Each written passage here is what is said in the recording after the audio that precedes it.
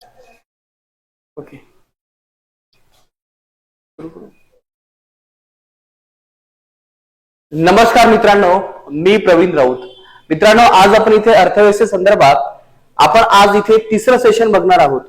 आता यामध्ये आपण आतापर्यंत या त्रिशूल बॅच मध्ये आपण अर्थव्यवस्था मेन्स दृष्टिकोनातून इथे आपण महत्वाचा टॉपिक निवडलेला आहे. हा आहे नियोजन. यालाच आपण इथे पंचवार्षिक योजना असं म्हणतो. मित्रांनो, मागच्या लेक्चरमध्ये आपण हे समजून घेतलं की भारतीय अर्थव्यवस्थेला आपल्याला मुख्य परीक्षेला कोणत्या प्रकारचे प्रश्न येतात आणि एक्झॅक्टली त्याचा सिलेबस काय आहे, त्याचं एक्झॅक्टली बुक लिस्ट कोणती आहे, आणि या संदर्भात आपण एक मागच्या लेक्चरमध्ये आपण एक पॉइंट लक्षात घेतला असेल, तो आहे अर्थव्यवस्थेचे प्रकार. तर मित्रांनो, नक्कीच तुम्ही हे मागचं लेक्चर बघितलं असेल. यामध्ये आज आपलं हे दुसरा पॉइंट आहे. दुसरा पॉइंट आपण स्टार्ट करतोय आणि दुसरा पॉइंट आहे आपला या ठिकाणी इथे नियोजन किंवा पंचवार्षिक योजना. तर मित्रांनो, हा सिलेबस मध्ये कुठे पॉइंट्स आहे हे तुम्हाला मी इथे सांगणार आहे, ते लक्षात घ्या. हा पॉइंट जे आहे आपला सिलेबस जो आपण डिवाइड केला असेल, तर लक्षात घ्या, राज्यसेवा मुख्य परीक्षा भारतीय अर्थव्यवस्था यामध्ये आपले जवळपास 10 पॉइंट आपण इथे डिवाइड केलेले आहेत. तर हे संपूर्ण आपले हे 10 पॉइंट्स आहेत. आणि मित्रांनो, लक्षात घ्या, या 10 पॉइंट्स पैकी आपण आतापर्यंत कुठे आहोत आणि आपल्याला एक्झॅक्टली कुठे जायचंय, आपण या ठिकाणी इथे 2 मिनिटात चर्चा करूयात. तर लक्षात घ्या, आतापर्यंत आपण इथे या तिसऱ्या सेशन मध्ये आज आपण इथे आहोत भारतीय अर्थव्यवस्था. भारतीय अर्थव्यवस्था नियोजनाशी संबंधित मुद्दे. तर आतापर्यंत आपण अर्थव्यवस्था म्हणजे काय, अर्थव्यवस्थेचे प्रकार कोणते असतात, आपण हे समजून घेतलंय. आज या ठिकाणी इथे दुसऱ्या मुद्द्या संदर्भात डिस्कशन करणार आहोत आणि आपला हा दुसरा मुद्दा आहे नियोजन. म्हणजेच आपण याला या ठिकाणी इथे प्लॅनिंग असं म्हणतो. तर मित्रांनो, लक्षात घ्या, हे जे काही 10 पॉइंट्स आहेत, इथून पुढे आपण याच फ्लोने आपण इथून पुढे जाणार आहोत. आणि मित्रांनो, हे पॉइंट स्टार्ट करण्याआधी आपण ऑलरेडी लक्षात घेतलं होतं की आपण याच्यावरती 6 क्वेश्चन बघितले होते. तर जे काही तुम्ही आतापर्यंत जर हा सेशन बघितला नसेल, तर मागचा तुम्ही 2 सेशन बघून घ्या आणि नक्कीच तुम्हाला या मागच्या 2 सेशन मधून तुम्हाला हे पॉइंट्स इथे कव्हर होतात. जसं की भांडवलशाही अर्थव्यवस्था म्हणजे काय, फायदे आणि तोटे यांची चर्चा करा, 10 गुण 150 शब्द. जागतिकीकरण म्हणजे काय, देशाचे जागतिकीकरणाच्या अवस्थेनुसार प्रकार सांगा, आर्थिक वृद्धी आणि आर्थिक विकास यामध्ये तुलना करा, भांडवलशाही, समाजवादी आणि मिश्र अर्थव्यवस्था यांचा तुलनात्मक अभ्यास करा. नंतर आहे मिश्र अर्थव्यवस्था म्हणजे काय, मिश्र अर्थव्यवस्थेचे वैशिष्ट्य सांगा, भांडवलशाही अर्थव्यवस्था आणि समाजवादी अर्थव्यवस्था यामध्ये तुलना करा. अशा प्रकारचे आपण हे 6 क्वेश्चन्स हे तुम्हाला लिहायचे आहेत. ऑलरेडी आपण याच्यावरती 2 सेशन जे काही घेतले असतील, याच्यावरती तुम्हाला नक्कीच चांगला अभ्यास केल्यानंतर, तुम्ही थोडंसं वाचल्यानंतर तुम्हाला हे 6 प्रश्न इथे नक्कीच लिहिता येईल. आणि आपल्या परीक्षेच्या दृष्टिकोनातून किंवा अर्थव्यवस्था हा विषय समजून घेण्याच्या दृष्टिकोनातून तुम्हाला हे समजून घेणं अतिशय महत्वाचं आहे. तर मित्रांनो, चला तर आपण आपला इथे पॉइंट सुरू करतोय. तर तो आहे या ठिकाणी ते नियोजनाशी संबंधित मुद्दे.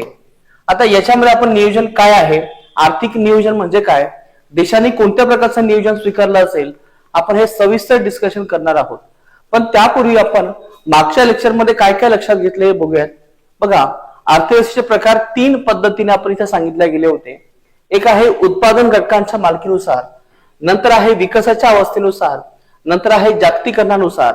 तर सर्वात महत्वाचं आपल्याला लक्षात घ्यायचंय की उत्पादन हे कोण करते किंवा त्याची मालकी कोणाकडे आहे, याच्यानुसार याचे आपण हे 3 प्रकार लक्षात घेतलेले आहेत: भांडवलशाही अर्थव्यवस्था, समाजवादी अर्थव्यवस्था आणि मिश्र अर्थव्यवस्था.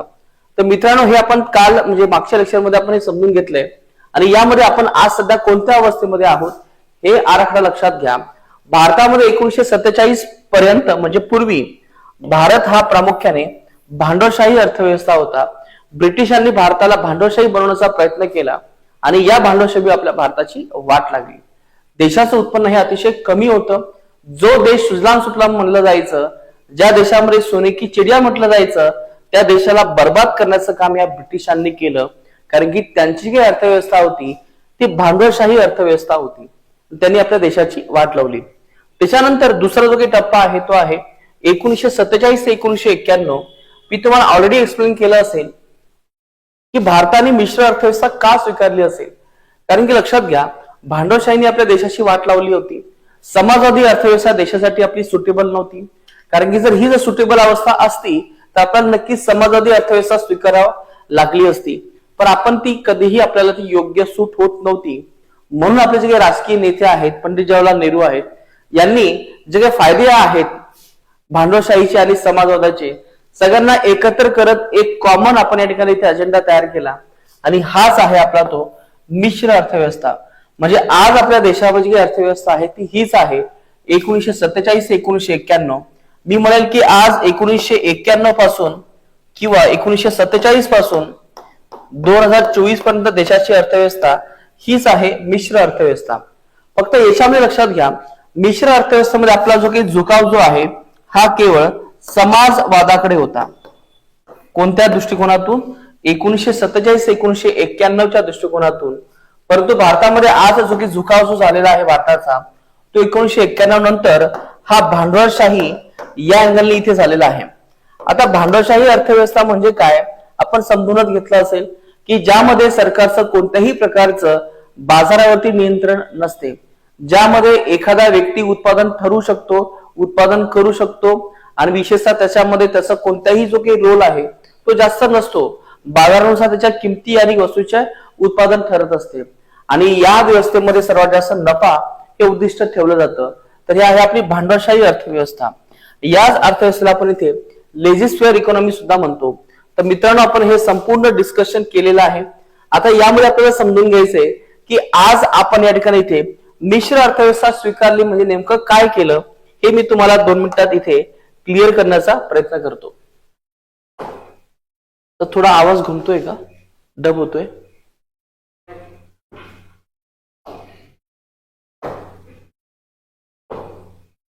तर लक्षात घ्या, मिश्र अर्थव्यवस्था म्हणजे काय आपण ऑलरेडी लक्षात घेतलं असेल, ज्याच्यामध्ये तुम्हाला माहितच आहे की 2 गोष्टींचं मिश्रण आहे. याच्यामध्ये 2 गोष्टींचं मिश्रण म्हणजे काय असेल की दोघांची अर्थव्यवस्था यांचं हे सहअस्तित्व आहे. तर एक आहे या ठिकाणी ते सरकार व्यवस्था, म्हणजे एखादं उत्पादन सरकार करणार आहे आणि एक दुसरं आहे एक उत्पादन कोण करणार आहे, खाजगी व्यक्ती करणार आहे. म्हणजे याचा अर्थ हा होतो की भांडवलशाही आणि दुसरा आहे या ठिकाणी ते समाजवादशाही किंवा समाजवादी अर्थव्यवस्था. तर ह्या 2 प्रकारच्या अर्थव्यवस्थेचं सह अस्तित्व म्हणजेच मिश्र अर्थव्यवस्था. पण लक्षात घ्या मित्रांनो, भारताने जे मॉडेल स्वीकारलेलं आहे तर ते या दोघांना आपण एकत्रित केलेलं आहे. मग आता याचं वैशिष्ट्य काय आहे? या मिश्र अर्थव्यवस्थेचं सर्वात महत्वाचं वैशिष्ट्य कोणते आहे तर ते आहे नियोजन. म्हणजे आपण आपल्या देशाच्या अर्थव्यवस्थेचं काय केलेलं आहे, नियोजन. मग तुम्हाला प्रश्न पडला असेल की हे नियोजन आपण हे कुठून स्वीकारलं असेल, तर मित्रांनो नियोजनाचा जो काही भाग आहे तो आपण स्वीकारलेला आहे सोव्हिएत रशिया या देशाकडून. कारण की मी तुम्हाला ऑलरेडी म्हटलेलं आहे की भारतामध्ये 1947 पासून तर 1991 पर्यंत देशामध्ये भले आपल्या देशामध्ये मिश्र अर्थव्यवस्था आहे, परंतु जो काही झुकाव सांगितला गेलेला आहे हा झुकाव कसा आहे, समाजवादाकडे आहे. म्हणजे आपल्या देशावरती समाजवादाचा जो काही प्रभाव आहे तो खूप जास्त होता. मग हा जो काही समाजवाद आहे तो आपण कुठून स्वीकारला असेल तर याचं उत्तर आहे सोव्हिएत रशिया. सोव्हिएत रशियामध्ये एक सर्वात महत्वाची अर्थव्यवस्था होती त्यांची समाजवादी अर्थव्यवस्था आणि या त्यांच्या अर्थव्यवस्थेमध्ये सर्वात महत्वाचं पंचवार्षिक योजना हा आराखडा त्यांच्या देशामध्ये चालू होता. पंचवार्षिक योजना म्हणजे त्यांच्या देशामध्ये प्रत्येक 5 वर्षासाठी नियोजन केलं जायचं. तशाच प्रकारचं नियोजन भारतही करू शकतो, भारताला ते करायला हवं असं नेहमी आपल्या भारताला वाटत होतं आणि म्हणून भारताने याच्यामध्ये एक नवीन एक अजेंडा स्वीकारला असेल. यालाच म्हणतो आपण या ठिकाणी ते पंचवार्षिक योजना. म्हणजे भारताची जी अर्थव्यवस्था जी असेल ती प्रत्येक 5-5 वर्षामध्ये आपण प्लॅन करणार आहोत. या दृष्टिकोनातून आपण इथे पंचवार्षिक योजना जी आहे ती आपण या ठिकाणी इथे तयार केलेली आहे. तर लक्षात घ्या, अशा प्रकारे इथे आपल्या देशामध्ये नियोजन जे आहे ते 5-5 वर्षाचं आहे, म्हणून आपण इथे याला म्हटलेलं आहे पंचवार्षिक योजना. तर हे तुमच्या इथे लक्षात आलं असेल की सोव्हिएत रशियाच्या मदतीने आपण भारतामध्ये पंचवार्षिक योजना जी आहे ती आपण स्वीकारलेली आहे. हे तुमचा जो काही ड्राफ्ट आहे हा नक्कीच इथे लक्षात आला असेल. परंतु मित्रांनो, आपल्याला थोडंसं मागे जायचंय आणि मागे जाऊन हे लक्षात घ्यायचंय की कोणकोणत्या व्यक्तींनी भारतामध्ये पंचवार्षिक योजना असावी किंवा भारताला एक आर्थिक नियोजन असावं असं आपल्याला कोणी कोणी सांगितलं असेल हे आपण समजून घेऊयात. परंतु लक्षात घ्या, याच्यामध्ये आपण या पंचवार्षिक योजनेच्या माध्यमातून काय केलेलं आहे, कोणती पॉलिसी आपण इम्प्लिमेंट केलेली आहे, तर ही पॉलिसी आहे आपली, याचं नाव आहे आर्थिक नियोजन. म्हणजे आपल्याला आर्थिक नियोजन करायचंय. आता तुम्हाला प्रश्न पडला असेल की सर एक्झॅक्टली आर्थिक नियोजन म्हणजे काय, तर आपण याची व्याख्या अतिशय व्यवस्थित पद्धतीने लक्षात घेऊया की आर्थिक नियोजन म्हणजे काय. तर लक्षात घ्या, आर्थिक नियोजन याची जी व्याख्या आहे ही तुम्हाला स्टेट बोर्ड मध्ये दिलेली आहे. तुम्हाला ही आर्थिक नियोजनाची व्याख्या पाठ करून घ्यायची. बघा, उपलब्ध साधन संपत्तीचा वापर करून नियोजित यंत्रणेद्वारे निर्धारित उद्दिष्टे पूर्ण करण्याचा एक कालबद्ध कार्यक्रम म्हणजेच आर्थिक नियोजन. म्हणजे आपल्याकडे जे काही रिसोर्सेस आहेत या सगळ्यांचा आपल्याला इथे वापर करून आपली ध्येय पूर्ण करण्यासाठी आपण जो काही नियोजनबद्ध एका वर्षाचा किंवा 5 वर्षाचा किंवा जे काही विशिष्ट कालावधीचा जो काही कालावधी ठेवलेला आहे, याच नियोजनाला आपण इथे म्हणत असतो आर्थिक नियोजन. आर्थिक नियोजन खूप सोपा शब्द आहे, लक्षात घ्या. उपलब्ध साधन संपत्तीचा वापर करून नियोजित यंत्रणेद्वारे निर्धारित उद्दिष्ट पूर्ण करण्याचा एक कालबद्ध कार्यक्रम म्हणजेच आहे आर्थिक नियोजन. तर आर्थिक नियोजन याची तुम्हाला व्याख्या जी आहे मित्रांनो, ती तुम्हाला पाठ म्हणजे पाठ हवी. तुम्हाला याच्यावरती प्रश्न या ठिकाणी इथे येऊ शकतो, हे लक्षात घ्या. आपल्याला नेहमी याच्यावरती इथे प्रश्न असणार आहे, आर्थिक नियोजन म्हणजे काय. आता याच्यामध्ये आणखीन एक व्याख्या आहे, ती लक्षात घेऊयात. अर्थव्यवस्थेमधील असणारे उपलब्ध नैसर्गिक संसाधने व मानव साधन संपत्ती यांचा कार्यक्षम पद्धतीने वापर यांचं नियोजन म्हणजेच आर्थिक नियोजन. याची दुसरी व्याख्या आहे.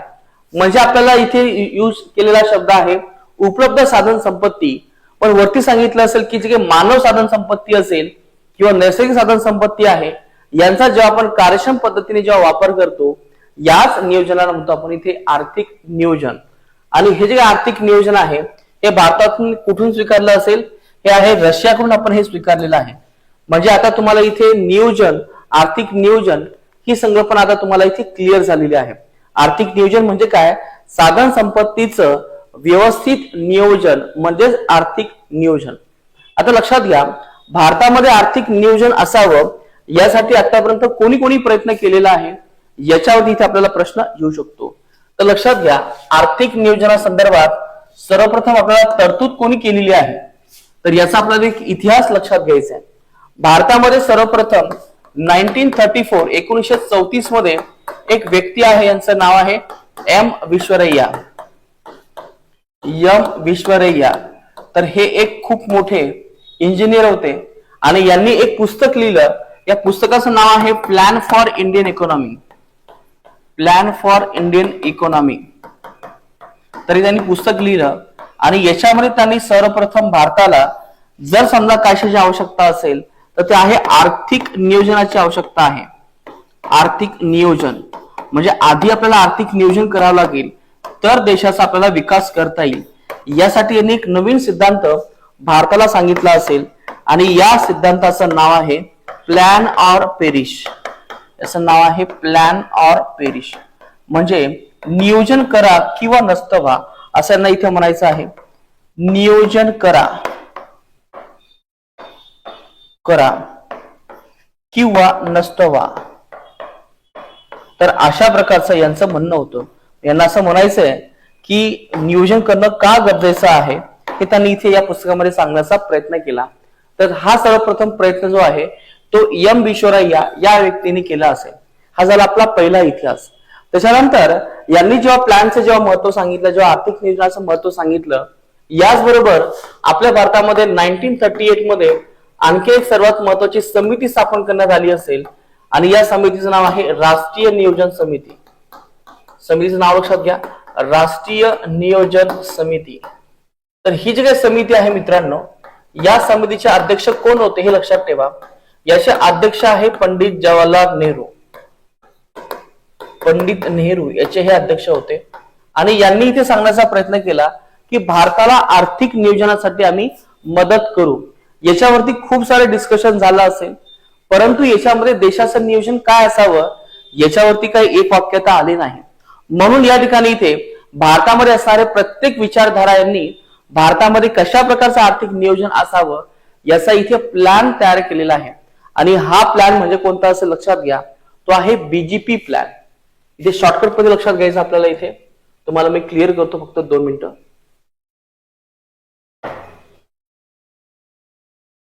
हा प्लॅन जो आहे शॉर्टकट आधी लक्षात घ्या.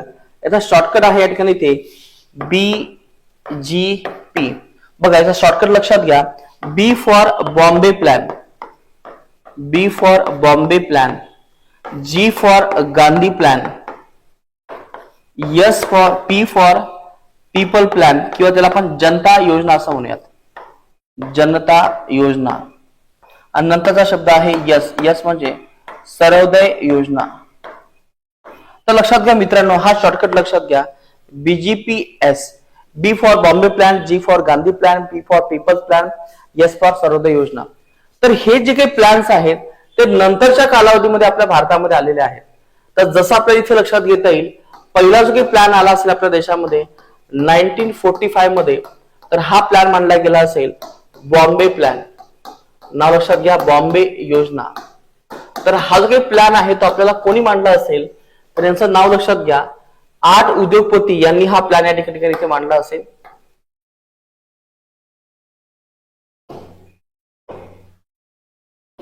8 उद्योगपती यांनी हा प्लॅन मांडला आणि यांचा उद्देश हाच होता की देशामध्ये एका प्रकारचं नवीन एक भांडवलशाही व्यवस्था निर्माण व्हावी. यासाठी या 8 उद्योगपतींनी हा या ठिकाणी इथे बॉम्बे योजना या ठिकाणी इथे मांडली असेल. तर वर्ष लक्षात घ्या 1945. त्याच्यानंतर याच वर्षी आणखीन एक प्लॅन आणला असेल, तो आहे 1945 मध्ये. तर तो प्लॅन आहे या ठिकाणी इथे गांधी प्लॅन, गांधी योजना. तर आता ही जी गांधी योजना आहे ते मांडण्याचं काम कोणी केलं असेल तर त्यांचं नाव लक्षात घ्या, श्रीमान नारायण अग्रवाल. श्रीमान नारायण अग्रवाल यांनी हा प्लॅन मांडला असेल आणि यांचा उद्देश हाच होता की आपल्या देशामध्ये आपल्याला गांधी यांच्या विचारांवरती चालणारा एक प्लॅन आपल्याला बनवायचा आहे की ज्यामुळे देशामध्ये गांधीवादी तत्व हे आणखी मजबूत होतील. देशाला जो काही मार्ग आहे तो आपल्याला गांधीजींचा मार्ग देता येईल, अहिंसेचा मार्ग देता येईल, स्वराज्याचा मार्ग देता येईल. यासाठी श्रीमान नारायण अग्रवाल यांनी गांधी योजना तयार केली असेल. त्याच्यानंतर 1946च्या दरम्यान मध्ये जसा हा प्लॅन आला तसा 1946 मध्ये एक जे काही समाजवादी नेते आहेत त्याच्यामध्ये आपल्या हेमेंद्र रॉय यांचं नाव आहे. त्यांनी एक नवीन प्लॅन तयार केला असेल, याचं नाव आहे जनता योजना. म्हणजे तुम्ही इथे बघू शकता की प्रत्येक विचारधारेने काय केलं असेल, भारतामध्ये त्यांच्या विचारधारेनुसार नवीन नवीन विचार तयार व्हावा यासाठी यांनी त्यांचा योजना प्लॅन मांडलेला आहे. तर या ठिकाणी 1946 मध्ये हेमेंद्र रॉय या व्यक्तींनी इथे हा प्लॅन मांडला असेल, हेमेंद्र रॉय. त्याच्यानंतर 1950च्या दरम्यान एक नवीन व्यक्ती आले असेल की त्यांचं असं म्हणणं होतं की ठीक आहे, तुम्ही खूप सारे प्लॅन मांडले असतील, तुम्ही गांधी प्लॅन मांडला असेल, तुम्ही जनता प्लॅन मांडला असेल, तुम्ही बॉम्बे प्लॅन मांडला असेल, परंतु देशामध्ये कोणताही वर्ग जो आहे तो आहे कामगार वर्ग. हाच क्रांती करू शकतो. समाजाचा महत्वाचा घटक जो आहे तो कामगार आहे. तर यांच्या दृष्टिकोनातून देशाची अर्थव्यवस्था निर्माण व्हावी. तर या दृष्टिकोनातून 1950 मध्ये एक प्लॅन तयार करण्यात आला. याचं नाव आहे सर्वोदय योजना. सर्वोदय योजना. तर हा प्लॅन कोणी तयार केला असेल तर यांचं नाव आहे जयप्रकाश नारायण. तर यांनी हा प्लॅन तयार केला असेल. आता इथे कसं लक्षात ठेवायचं बघा, BGPS तुम्हाला माहित आहे, B for Bombay, G for Gandhi, P for people आणि एस फॉर सर्वोदय. तर हे लक्षात ठेवा आणि याच्यामध्ये लक्षात घ्या की सर्वोदय झालेला आहे म्हणजे जयप्रकाश आहे किंवा प्रकाश नारायण आहे, असं काहीतरी इथे लक्षात ठेवा. तर अशा प्रकारचे इथे आपण हे प्लॅन बघितले असतील, हे तुम्हाला इथे माहित असणं गरजेचे आहे. बघा हे जे सिक्वेन्स तुम्हाला माहित असणं गरजेचे आहे. तुम्हाला असा प्रश्न विचारला जाऊ शकतो की भारतामध्ये आर्थिक नियोजनासंदर्भात जे काही घडामोडी झाल्या असतील याच्यावरती सविस्तर चर्चा करा, असा प्रश्न येऊ शकतो. बेसिक लेवलला मी तुम्हाला सांगतोय. तर हे सगळं तुम्हाला सांगायचं की भारताने कोणत्या प्रकारचं नियोजन स्वीकारलं असेल, भारतामध्ये कोणकोणत्या नियोजनाचे प्लॅन होऊन गेले असेल, हे तुम्हाला एक आराखड्यामध्ये किंवा 1-2 लाईन मध्ये इथे सांगणं अपेक्षित आहे. तर आपण आता जो काही प्रवास घेतला असेल तो 1950 पर्यंत घेतला असेल.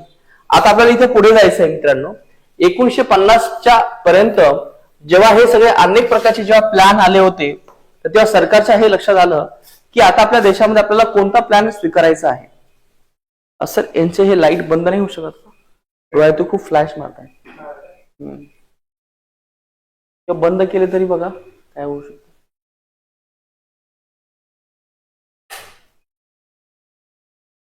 आता फक्त बघा चेहरा ओके आहे का.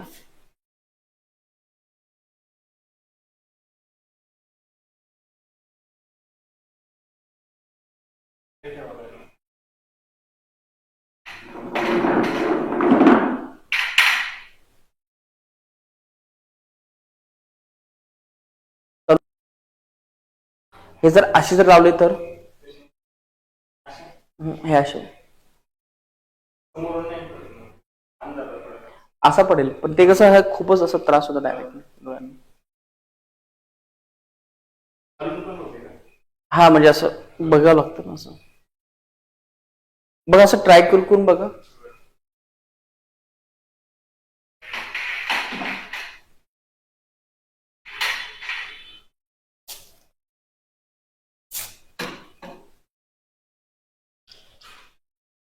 आता लाईट ओके आहे का बघा. ओके आहे. चला तर यामध्ये मित्रांनो, तर आपण हा जो की प्रवास बघितला असेल तो 1934 पासून तर 1950 पर्यंत कशा प्रकारे हा प्रवास बदलत गेला, कशा प्रकारे प्रत्येक विचारधारेने भारतामध्ये एक नवीन आर्थिक नियोजन असावं याचा प्रयत्न केला आहे. मग या दृष्टिकोनातून भारतालाही असं वाटलं की चला आपण आपला एक वेगळ्या प्रकारचा एक प्लॅन तयार करूयात. आणि फायनली तुम्हाला माहित असेल की भारत देश हा 1947 मध्ये स्वतंत्र झाला, 1947 मध्ये. त्याच्यानंतर भारताने 1950 मध्ये विचार केला की आपल्याला कोणत्या प्रकारचं नियोजन स्वीकारायचं आहे. तर भारताने यामध्ये काही नियोजन स्वीकारलं असेल जगामध्ये, तर हे स्वीकारलं असेल या ठिकाणी ते पंचवार्षिक योजना. म्हणजे आपल्याला प्रत्येक 5 वर्षाचं नियोजन करायचं आहे आणि देशाला एक विकासाच्या मार्गावरती घेऊन जायचं आहे. तर हे आपण 1950 मध्ये स्वीकारलं. परंतु आता हे जे नियोजन आहे, पंचवार्षिक योजना आहे, ते कोण निर्माण करेल याच्या दृष्टिकोनातून भारताने 1950 मार्च 1950 मध्ये आपण एक वेगळ्या प्रकारची एक संस्था स्थापन केली असेल आणि या संस्थेचं नाव आहे नियोजन आयोग. लक्षात घ्या काय नाव आहे, नियोजन आयोग. याच्यावरती आपल्याला प्रश्न येऊ शकतो. भारतामध्ये एक्झॅक्टली नियोजन आयोगाची जबाबदारी आहे की भारतामध्ये हे पंचवार्षिक योजना तयार करावी. यासाठी मार्च 1950 मध्ये आपण नियोजन आयोगाची इथे ही स्थापना झाली असेल. तर ही डेट लक्षात घ्या, मार्च 1950. पण लक्षात घ्या हे जे नियोजन आहे ते फक्त केंद्राद्वारे निर्माण होणार होतं. यामध्ये राज्यांचा कोणताही वाटा नव्हता. यामध्ये राज्यांचा वाटा असावा या दृष्टिकोनातून आपण ऑगस्ट 1952 मध्ये, लक्षात घ्या ही डेट ऑगस्ट 1952, या वर्षामध्ये आपण या प्लॅनिंग कमिशनला सपोर्ट करण्यासाठी आपण एक वेगळ्या प्रकारची आपण एक संस्था निर्माण केली असेल. याचं नाव आहे राष्ट्रीय विकास परिषद. राष्ट्रीय विकास परिषद. तर आपण ही दुसरी संस्था याच्यामध्ये ही स्थापन केली असेल, राष्ट्रीय विकास परिषद. आता तुम्हाला प्रश्न पडला असेल की सर ठीक आहे, मार्च 1950 मध्ये आपण नियोजन आयोग स्थापन केला असेल, 1952 मध्ये आपण राष्ट्रीय विकास परिषद स्थापन केली असेल, पण एक्झॅक्ट या दोघांमध्ये अंतर काय आहे हे आम्हाला थोडंसं समजून सांगा. मित्रांनो बघा, आता ह्या दोन जे काही संस्था आहेत त्या आपण स्थापन केल्या, पण ह्या कोणत्या प्रकारच्या संस्था आहेत, तर ही संस्था आहे आपल्याला, याचं नाव आहे अवैधानिक संस्था. या संस्थेला म्हणतो आपण या ठिकाणी इथे अवैधानिक संस्था. आणि विशेषतः ही सल्ला देणार आहे केंद्र सरकारला, म्हणून आपण याला इथे म्हटलेलं आहे सल्लागारी संस्था किंवा सल्लागार संस्था. तर हे दोन महत्वाचे रोल लक्षात घ्या. त्या आहे आपल्या ठिकाणी नियोजन आयोगाचे. आणि राष्ट्रीय विकास परिषद कशी असेल, ही सुद्धा एका प्रकारची सल्लागार संस्था आहे की ज्यामध्ये राज्यांचे प्रतिनिधी एकत्र येतात आणि या ठिकाणी जे काही राष्ट्रीय विकास आराखडा आहे, पंचवार्षिक योजना आहे, याला मान्यता देण्याचं काम हे राष्ट्रीय विकास परिषद करत असते. मित्रांनो हे लक्षात घ्या, तुम्हाला इथे मे बी कन्फ्युजन झालं असेल की सर इथे अवैधानिक संस्था या शब्दाचा अर्थ काय होतो, तर ते थोडंसं एक्सप्लेन करा. तर 2 मिनिटं थोडंसं होल्ड करा. आपण इथे आज समजून घेणार आहोत अवैधानिक संस्था. कारण की जेव्हा तुम्ही हे सगळं समजून घेता तेव्हा तुम्हाला तुमच्या पेपरमध्ये हा छोट्या कन्सेप्ट माहित असणं गरजेचे आहे. तर आपण लक्षात घेणार आहोत सध्या अवैधानिक संस्था म्हणजे काय. तर आधी आपण संस्था हा भाग काय आहे ते आपण 2 मिनिटात समजून घेऊयात.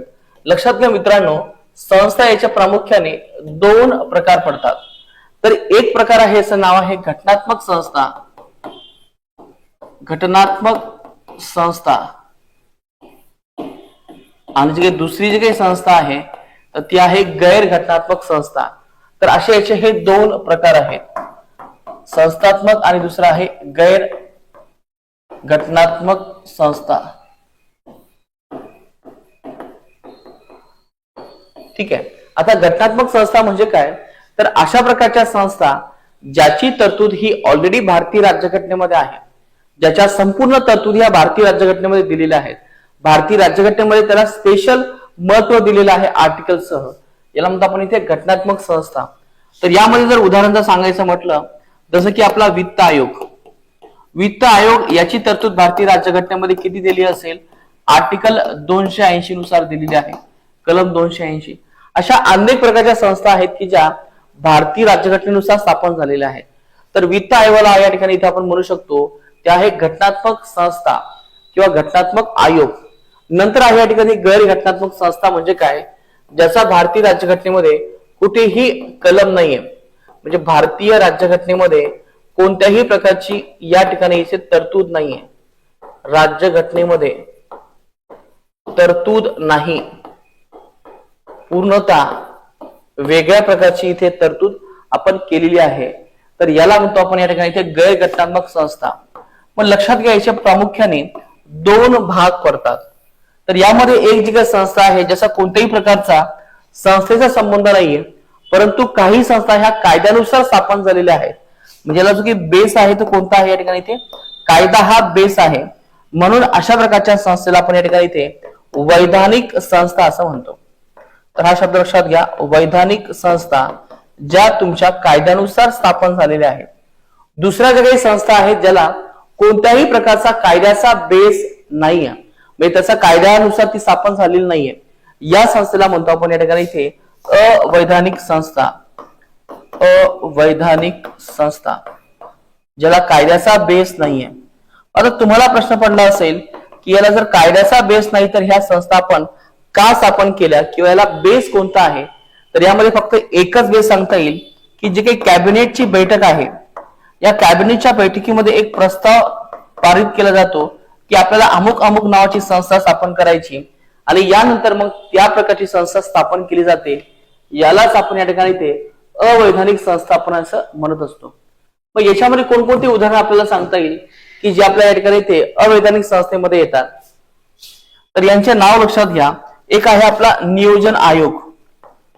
नियोजन आयोग हा आपला अवैधानिक संस्था आहे. त्याच्यानंतर जे तुम्हाला मी सांगितलं असेल राष्ट्रीय विकास परिषद. राष्ट्रीय विकास परिषद ही सुद्धा काय आहे, आपला अवैधानिक संस्था आहे, राष्ट्रीय विकास परिषद.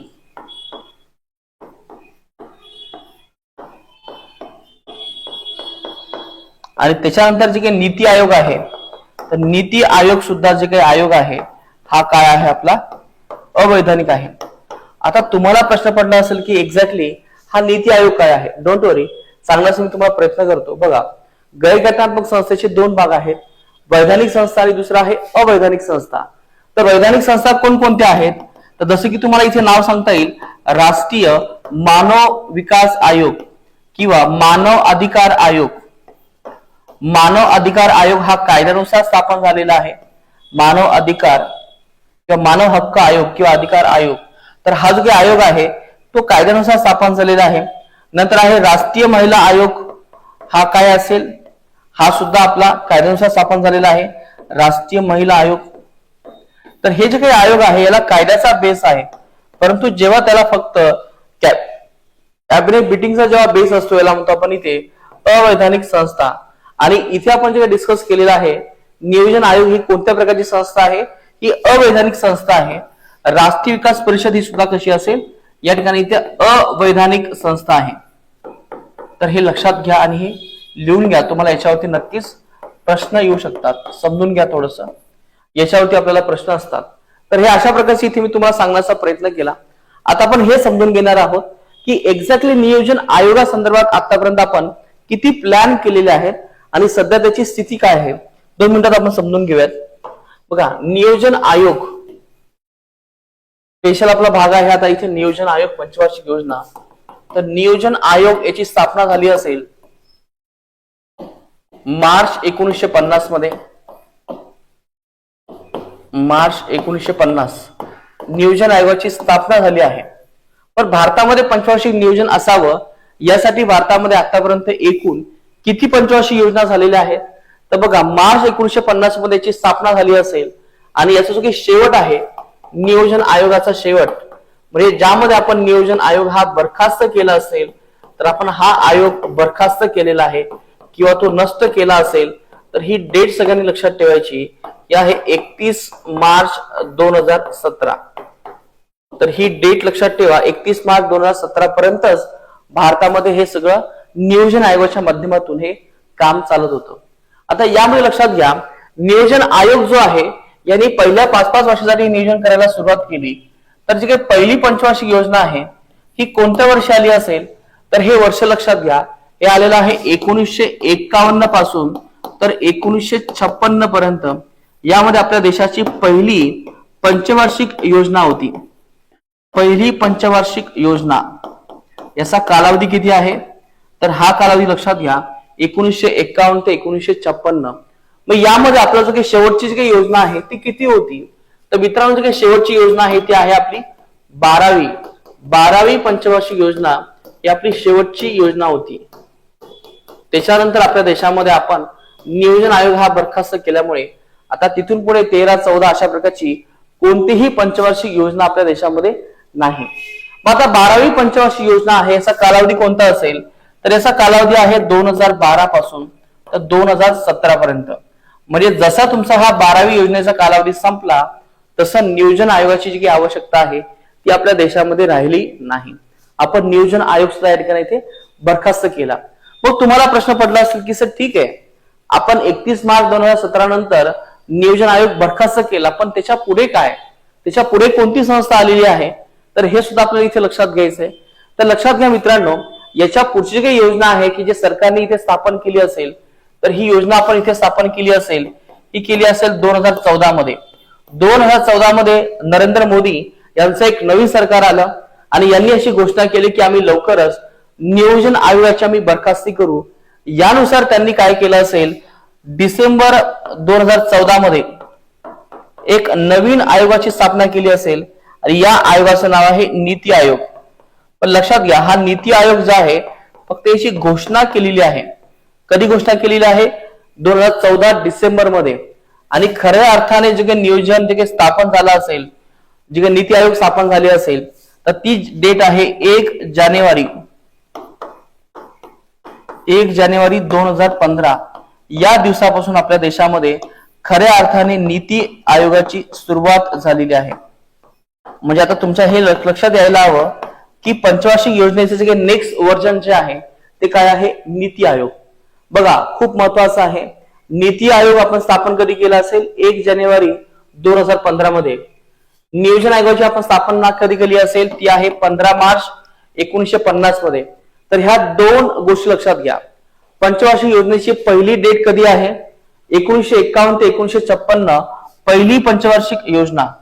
व याच्यामध्ये लक्षात घ्या, या नियोजन आयोगाची शेवटची डेट किती आहे 31 मार्च 2017.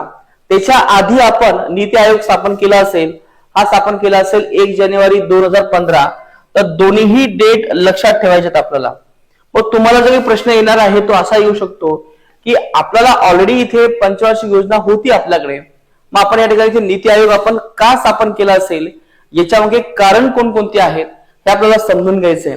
मित्रांनो, त्याच्या आधी आपल्याला हे समजून घ्यायचंय की आपला एक्झॅक्टली हा नियोजन आयोग आहे काय, याचं स्ट्रक्चर कसं आहे, हे काम कसं करते हे समजून घ्यायचंय. त्याच्यानंतर आपल्याला समजून घ्यायचंय की नीती आयोग काय आहे, त्याचं स्ट्रक्चर काय आहे, आणि त्याच्यानंतर आपला दुसरा पार्ट असेल की ह्या दोघांची एक्झॅक्टली तुलना काय आहे, की जेणेकरून आपल्याला या ठिकाणी ते नीती आयोगाची आपल्याला स्थापना करावी लागली. तर चला तर आपण या ठिकाणी आता लक्षात घेऊयात नियोजन आयोग एक्झॅक्टली काय आहे. तर मित्रांनो, हा जो फ्लो आहे तुम्हाला नक्कीच समजला असेल की आपल्या देशामध्ये पंचवार्षिक योजना निर्माण करण्यासाठी आपण पंचवार्षिक योजना अंमलबजावणी करण्यासाठी नियोजन आयोग स्थापन केला असेल, ज्याला आपण या ठिकाणी वैधानिक संस्था किंवा सल्लागार संस्था असं म्हणतो. या धर्तीवरती आपण याला मान्यता मिळवण्यासाठी आपण राष्ट्रीय विकास परिषद आपण लक्षात घेतली असेल. मग याच्यामध्ये संस्था हा शब्द काय आहे हे समजून सांगण्यासाठी तुम्हाला मी इथे हा चार्ट काढून दाखवला. संस्थेचे दोन प्रकार आहेत, घटनात्मक संस्था आणि दुसरा आहे गैर घटनात्मक संस्था. तर घटनात्मक संस्था उदाहरण आहे वित्त आयोग, 280 कलमानुसार ते स्थापन झालं असेल. गैर घटनात्मक संस्था दोन प्रकारच्या आहेत, वैधानिक संस्था आणि अवैधानिक संस्था. वैधानिक संस्था म्हणजे ज्याचा बेस जो आहे तो कायदा आहे, याला म्हणतो आपण वैधानिक संस्था. अवैधानिक संस्था म्हणजे काय, ज्याला कोणत्याही प्रकारचा ना घटनेचा बेस आहे ना कायद्याचा बेस आहे, केवळ कॅबिनेट बैठकीच्या नुसार ती स्थापन झालेली आहे, याला म्हणतो आपण इथे अवैधानिक संस्था. याचे तीन उदाहरण आहेत, नियोजन आयोग, राष्ट्रीय विकास परिषद आणि नीती आयोग. तर हा झाला तुमचा इथं बेसिक. या दृष्टिकोन आपण हे बघितलं की नियोजन आयोग आणि नीती आयोगामध्ये काय फरक आहे. तर यासाठी नियोजन आयोग जो आहे यांनी यांची पहिली योजना सुरू केली असेल 1951-1956. शेवटची योजना आहे 31 मार्च 2017. यानुसार यांच्यामध्ये नीती आयोगाची आपण एक नवीन स्थापना केली असेल, ही डेट आहे 11 जानेवारी 2015. तर हा फॅक्ट तुम्हाला पूर्णतः लक्षात घ्यायचा आहे. आता यामध्ये आपण लक्षात घेणार आहोत नियोजन आयोग. तर थोडस आपण टप्प्याटप्प्याने लक्षात घेतो. इथे नियोजन आयोग,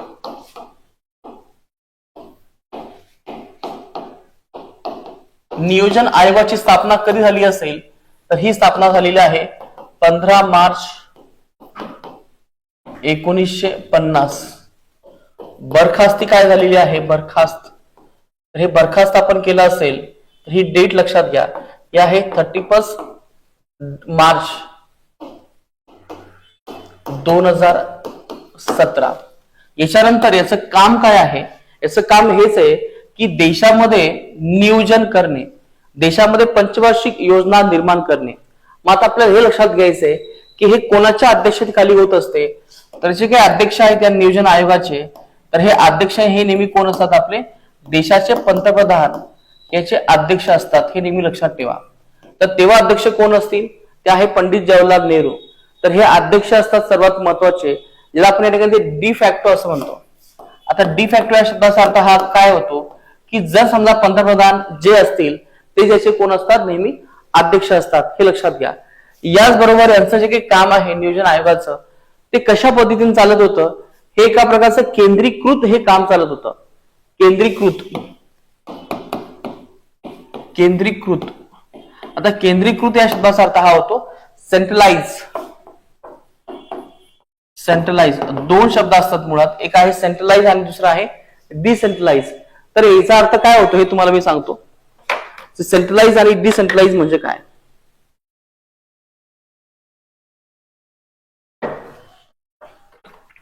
हे दोन शब्द आपण लक्षात घेऊयात की मुळात कोणतीही सत्ता जी आहे, ही सत्ता कशा प्रकारे लोकांना मिळते, याच्यानुसार याचे दोन प्रकार पडतात. पहिला प्रकार आहे या ठिकाणी इथे सेंट्रलाइज, किंवा याला म्हणतो आपण इथे सेंट्रलायझेशन, म्हणजे केंद्रीयकृत किंवा केंद्रीयकरण, हा अर्थ आहे केंद्रीयकरण किंवा केंद्रीकृत. दुसरा शब्द जो आहे तो आहे डिसेंट्रलाइज किंवा डिसेंट्रलायझेशन. याचा अर्थ हा होतो विकेंद्रीकरण. आता तुम्हाला हे दोन मी शब्द सांगितले असतील, सेंट्रलायझेशन आणि डिसेंट्रलायझेशन, केंद्रीकरण आणि विकेंद्रीकरण. आता याचा अर्थ काय होतो, याचा अर्थ हा होतो, केंद्रीकरण या शब्दाचा अर्थ हा होतो की संपूर्ण जी काही सत्ता जी आहे, ही सत्ता नेहमी कोणाकडे ठेवलेली आहे, ही नेहमी केंद्राकडे दिलेली आहे. म्हणजे केंद्र जे आहे ते अतिशय प्रबळ आहे, केंद्र जे आहे अतिशय स्ट्रॉंग आहे, संपूर्ण घडामोडीला ते नियंत्रित करण्याचं काम करते. मग ते राज्य सरकार असेल, जिल्हा परिषद असेल, पंचायत समिती असेल, सगळ्यांना कोण कंट्रोल करतो, तो आहे केंद्र. म्हणजे केंद्राकडे सर्वात जास्त पॉवर आहे, तो सर्वात जास्त प्रबळ आहे, याला म्हणतो आपण या ठिकाणी ते केंद्रीकरण. आणि या केंद्रीकरणामध्ये जे काही नियोजन जे आहे ते कशा पद्धतीने चालते लक्षात घ्या. या हे केंद्रापासून नियोजन राज्यापर्यंत जाते, नंतर राज्यापासून जे काही नियोजन आहे ते जिल्ह्यापर्यंत जाते, नंतर जिल्ह्यापासून जे काही नियोजन आहे ते तालुक्यापर्यंत जाते, आणि नंतर तालुक्याचं जे नियोजन आहे तर हे जाते तुमच्या गाव पातळीवरती. तर मित्रांनो, हे जे काही नियोजन आहे, हे नियोजन कशा प्रकारचं आहे, तर हे नियोजन आहे टॉप टू बॉटम. हे शब्द आहे ते टॉप आणि खाली आहे बॉटम. म्हणजे दोन प्रकारचं नियोजन आपल्या देशामध्ये होते. एक आहे टॉप टू बॉटम नियोजन आणि दुसरं आहे डिसेंट्रलायझेशन. आता डिसेंट्रलायझेशन या शब्दाचा अर्थ काय होतो इथे बघा.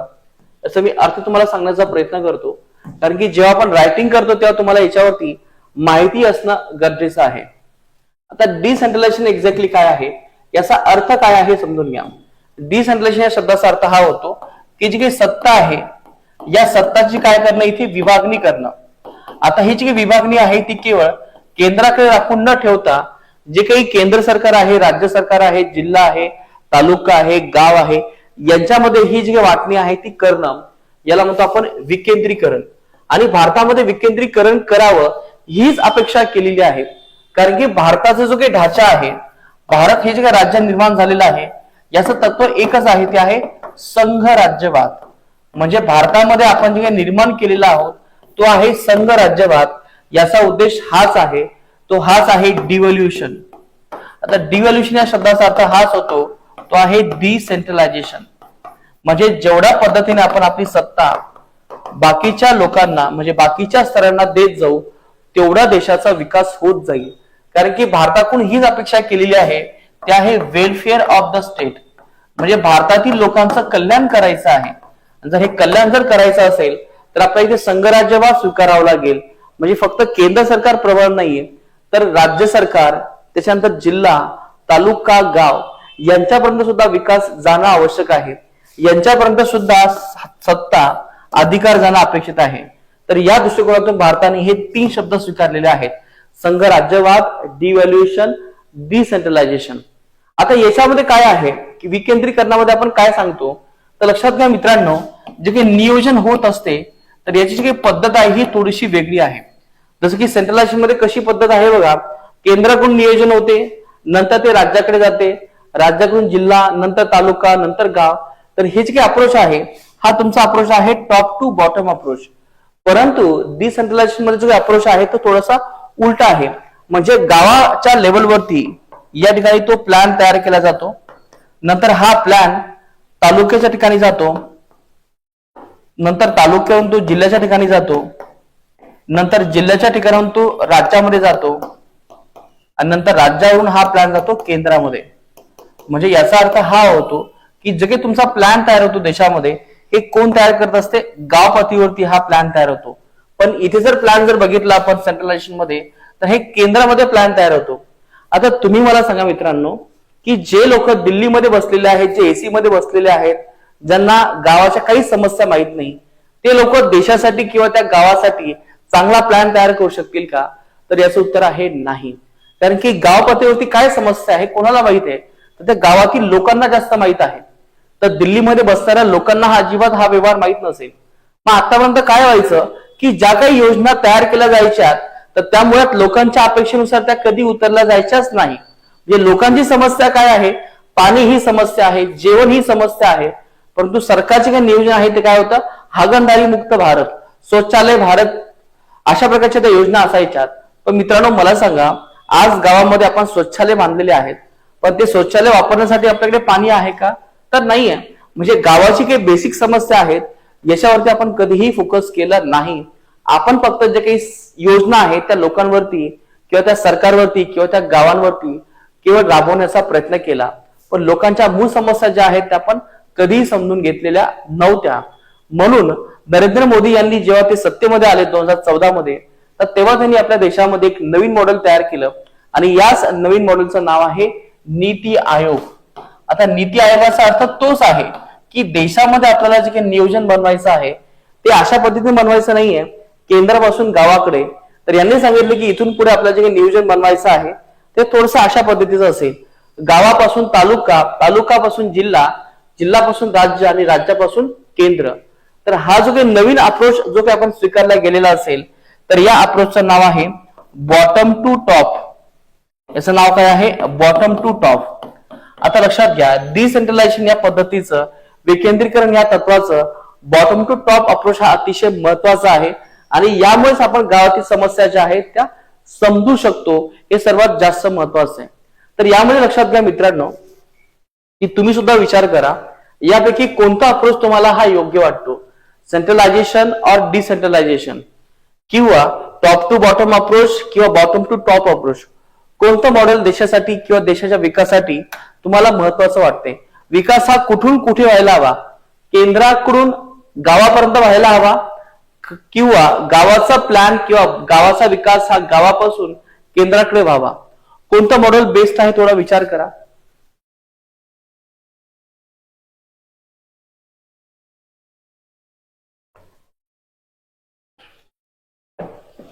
ऑब्विसली तर याच्यामध्ये जे उत्तर आहे ते हेच आहे, बॉटम टू टॉप अप्रोच हा योग्य आहे. कारण की यामुळे आपल्याला गावाकडच्या समस्या कळणार आहेत, गावाकडचे सोल्युशन आपल्याला कळणार आहेत आणि यामुळे आपण त्यांच्या जीवनमानामध्ये आपण नक्कीच सुधारणा करू शकतो. तर हे आहे इथे डिसेंट्रलायझेशन आणि सेंट्रलायझेशन. तर हा तुम्हाला इथे शब्द लक्षात आला असेल. आता लक्षात घ्या, नियोजन आयोग जे काही काम करत होतं याचं फंक्शन जे होतं हे कोणत्या बेसवरती आहे? केवळ केंद्रीकृत आहे, केवळ सेंट्रलाइज आहे, किंवा असा जो काही अप्रोच आहे तो हाच अप्रोच आहे, top to bottom approach. Even नियोजन तयार करण्याची काही जबाबदारी आहे हे कोण करत असेल? नियोजन तयार करणे, तर ही जबाबदारी केवळ केंद्राची होती, केंद्र. तर त्यामुळे पूर्ण जी काही पॉवर आहे ती केंद्राकडे एकीकृत झाली होती. म्हणजे खऱ्या अर्थाने आपलं जे काही संघराज्यवाद हे जे काही तत्व आहे ते नियोजन आयोगामुळे थोडस आपलं डळमळीत होत होतं. संघराज्यवादाला इथे आपल्याला प्रोत्साहन मिळत नव्हतं, कारण की या ठिकाणी ते केंद्र जे आहे ते सर्वात जास्त पॉवरफुल झालं होतं. म्हणजे केंद्राने नियोजन बनवायचं आणि त्याचं इम्प्लिमेंटेशन कोणी करायचं असेल? राज्यांनी करायचंय. परंतु बहुतेक राज्यांना ते तत्व माहीत नसायचं किंवा त्यांना ती योजना आवडलेली नसायची, तर त्यामुळे त्या राज्यांनी कधीच त्याच्यामध्ये इंटरेस्ट दाखवला नव्हता. मग यामुळे असं बरेच वेळेस झालेलं आहे की प्लॅन चांगला आहे परंतु त्याची अंमलबजावणी ही चांगल्या पद्धतीने होऊ शकली नाही, कारण की यामध्ये आपण राज्यांचा जो काही सहभाग आहे तो घेतला नव्हता. तर मित्रांनो, हे सगळे प्रॉब्लेम्स आहेत ते आहे नियोजन आयोगाचे प्रॉब्लेम्स. म्हणजे टॉप टू बॉटम अप्रोच असेल, नियोजन तयार करण्याची जबाबदारी केंद्राकडे असेल, केंद्रीकृत असेल, या सगळ्या गोष्टीमुळे नियोजन आयोग जो आहे तो फेल झाला होता. खऱ्या अर्थाने यांनी कधी देशामध्ये विकास करू शकले नाहीत किंवा योजना ज्या आहेत त्या यशस्वी बनवू शकल्या नाही. म्हणून जेव्हा नरेंद्र मोदी सत्तेमध्ये आले तेव्हा त्यांनी एकच ठरवलं की आता आपल्याला नीती आयोगाची स्थापना करायची. तर आपण जे आतापर्यंत डिस्कस केले नियोजन आयोग, याच्यामध्ये आणखीन काही घडामोडी आहेत ज्या आपण इथे डिस्कस करूयात. तर बघा, नियोजन आयोगासंदर्भात 1950 मध्ये आपण त्याची स्थापना केली असेल. हे आयोग कशा प्रकारचा आहे?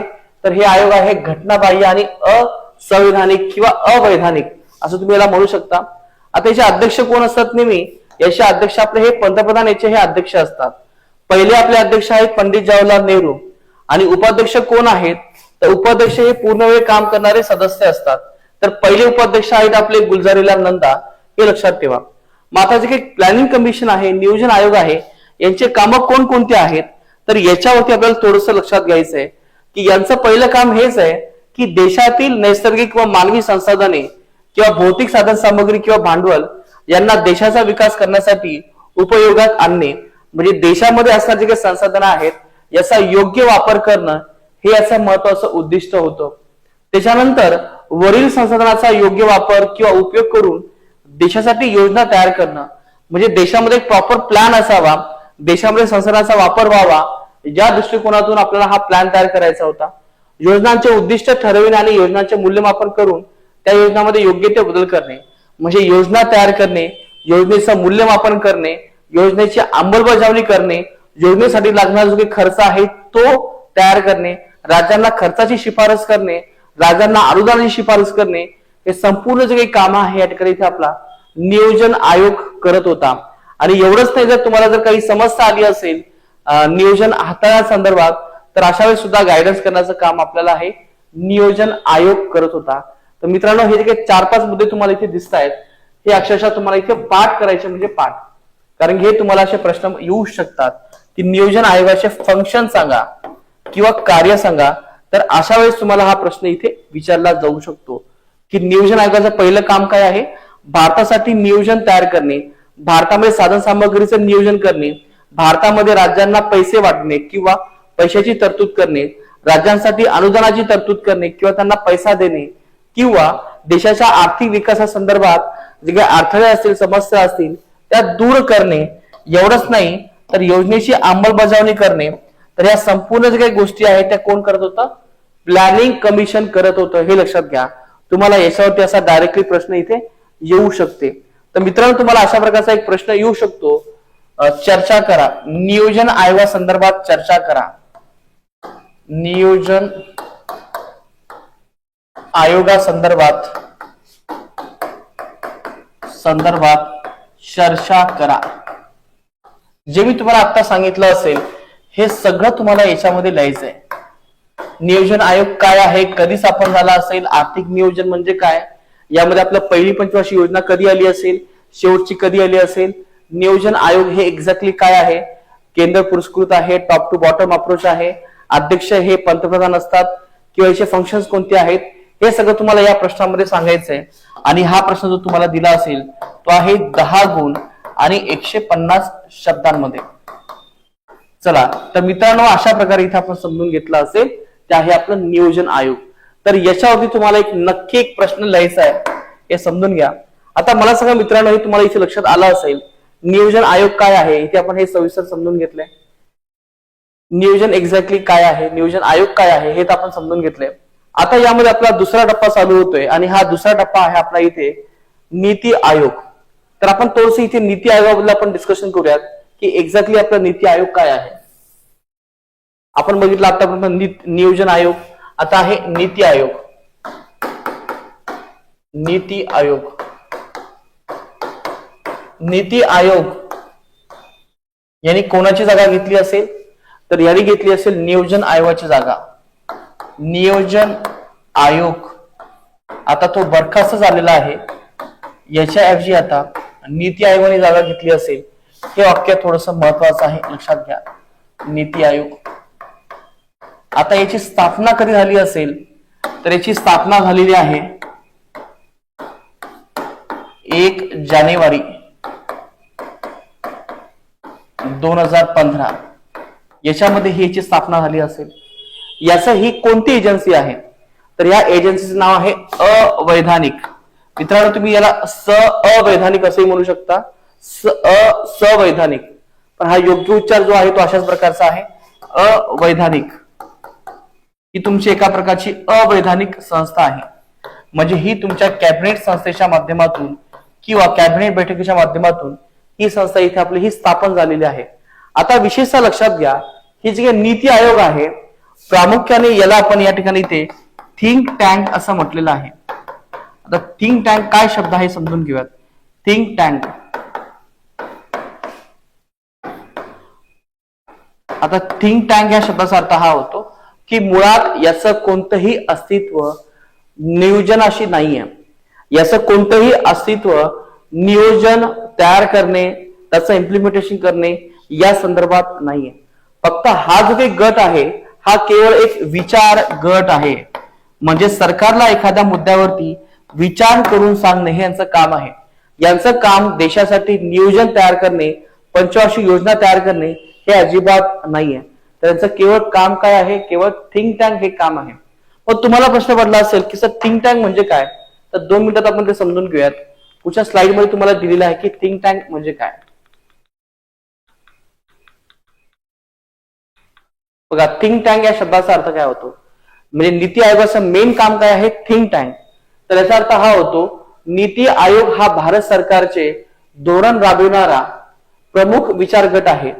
त्याकरिता राष्ट्रीय विकासासाठी दूरदृष्टी ठेवून त्यामध्ये राज्यांना प्रोत्साहन करणे, सहभागी करून घेणे, हे संघ राज्यांना सहकार्यासाठी काम करणे, सरसम आधार देऊन व धोरणासाठी राज्यांना सतत मार्गदर्शन करणे हे थिंक टँकचं काम आहे. म्हणजे देशासाठी एखाद्या विषयावरती विचार करणे, त्याच्यावरती एक काहीतरी सोल्युशन देणे हे थिंक टँकचं काम आहे. योजनेचं नियोजन करणे हे यांचं कधीही काम नाहीये, हे समजून घ्या. बघा आणखी याचा थिंक टँकचा अर्थ काय आहे बघा. थिंक टँक हा एखाद्या संस्थेने, विशेषतः शासनाने एकत्रित आणलेल्या तज्ञांचा असा समूह आहे की जो विविध समस्यांवर चर्चा करून त्या समस्या विविध मार्गाने सोडवण्याचा प्रयत्न करते. थोडक्यात काय तर एक तज्ञांचा गट आहे जो एकत्र येतो आणि विविध समस्यांवरती चर्चा करून उपाय सांगण्याचा प्रयत्न करते. तर हे आहे तुमचा इथे थिंक टँक. तर याची सुरुवात झाली असेल जानेवारी 2015 मध्ये आणि याची अंमलबजावणी सुरू झाली असेल 16 फेब्रुवारी 2015 मध्ये. तर तुम्हाला प्रिलिमच्या अँगलनी महत्वाचं आहे, मेन्सला प्रश्न येणार नाही, फक्त हे प्रिलिमचा पर्स्पेक्टिव्ह लक्षात घ्या. 16 फेब्रुवारी 2015 मध्ये याची अंमलबजावणी सुरू झाली. तर हे तुम्हाला इथे लक्षात आलं असेल की याला थिंक टँक असं का म्हटलेलं आहे. आणि विशेषतः लक्षात घ्या, नीती आयोगाचा जो की लॉंग फॉर्म आहे तो अशा पद्धतीचा आहे बघा, national institution for transforming India. NITI आयोगाबद्दल तुम्हाला इथे प्रश्न इथे विचारला जाऊ शकतो. आणि विशेषतः लक्षात घ्या, ही जी काही योजना आहे म्हणजे नीती आयोग जे आहे त्याची सुरुवात कधी झाली असेल, पुढील कार्यपूर्तीसाठी या योजनेस 4 ऑक्टोबर 2017 अशी 6 महिन्यांची मुदतवाढ देण्यात आली. या दरम्यान नियोजन आयोगाऐवजी नीती आयोगाची निर्मिती करण्यात आली. म्हणजे खऱ्या अर्थाने लक्षात घ्या, मार्च, एप्रिल, मे, जून, जुलै, ऑगस्ट, मार्च, एप्रिल, मे, जून, जुलै, ऑगस्ट म्हणजे खऱ्या अर्थाने जे काही आपला नीती आयोग जो आहे तो अंमलबजावणीसाठी कधीपासून सुरू झाला असेल तर आहे ऑक्टोबर 2017 पासून. हे थोडेसे इथे लक्षात घ्या. नीती आयोगाची स्थापना ही नाविन्यपूर्ण पाऊल आहे. याप्रमाणे यामागे संघटन आणि विकेंद्रीकरणाचे तत्व अधिक मजबूत करणे हे आहे. म्हणजे तुम्हाला इथे नीती आयोगाचा जो काही मेन उद्देश आहे तो हाच आहे की देशामध्ये विकेंद्रीकरण वाढवणे. आता मी तुम्हाला ऑलरेडी याच्यावरती डिस्कशन करून सांगितले की विकेंद्रीकरण म्हणजे नेमकं काय. तर विकेंद्रीकरण काय याच्यावरती आपण ऑलरेडी डिस्कशन केलेलं आहे की विकेंद्रीकरण म्हणजे काय, जी काही सत्ता असेल ती वाटून देणे. आणि एक्झॅक्टली हे थिंक टँकचं सर्वात महत्वाचं काम आहे आपल्याला इथे माहित आहे. आर्थिक वृद्धी आणि आर्थिक विकास वाढविणे ही सुद्धा याची कामं आहेत. आणि विशेषतः आपल्याला समजून घ्यायचंय की पंचवार्षिक योजनेच्या ऐवजी आता आपण नीती आयोगाला आपण इथे स्थान दिलं असेल. तर हे थोडस इथे आपण समजून घेतलंय. हा संपूर्ण जो काही डेटा आहे हा तुमचा स्टेट बोर्ड मध्ये आलेला आहे, समजून घ्या. तर आज आपण जे काही डिस्कशन केलेलं आहे हे आपण करतोय इथे नीती आयोगाबद्दल आपण डिस्कशन करतोय.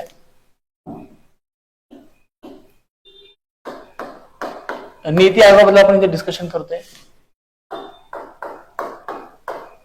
तर लक्षात घ्या, हे जे काही नीती आयोग आहे ते एक थिंक टँक गट आहे. थिंक टँक म्हणजे काय हे तुम्हाला इथे मी सांगण्याचा प्रयत्न केलेला आहे.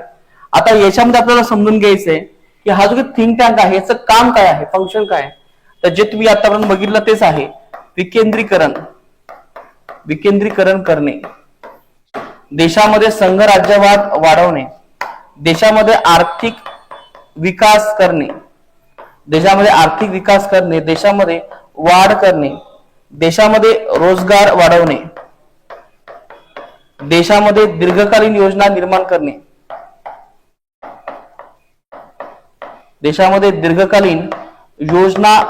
करणे, आणि या संदर्भात सरकारला शिफारस करणे. हे प्रामुख्याने इथे आपल्याला नीती आयोगाचे इथे काम आहेत. तर तुम्हाला कदाचित जर प्रश्न आला की नीती आयोगासंदर्भात चर्चा करा तर ह्या संपूर्ण गोष्टी तुम्हाला इथे सांगायच्या आहेत. नीती आयोगाचं फंक्शन कोणतं आहे, नीती आयोगाची स्थापना काय आहे, हे सगळं तुम्हाला इथे क्लिअर करायचं आहे. आता यामध्येच तुम्हाला दिलेलं आहे की आणखी नीती आयोग काय आहे ते समजून घेऊयात. बघा, नीती आयोगामध्ये आणखी एक शब्द राहिला तो समजून घेऊयात. तो आहे नीती आयोगाचा लॉंग फॉर्म काय आहे, NITI आयोग. तर याचा अर्थ असा होतो नॅशनल, याचा अर्थ आहे नॅशनल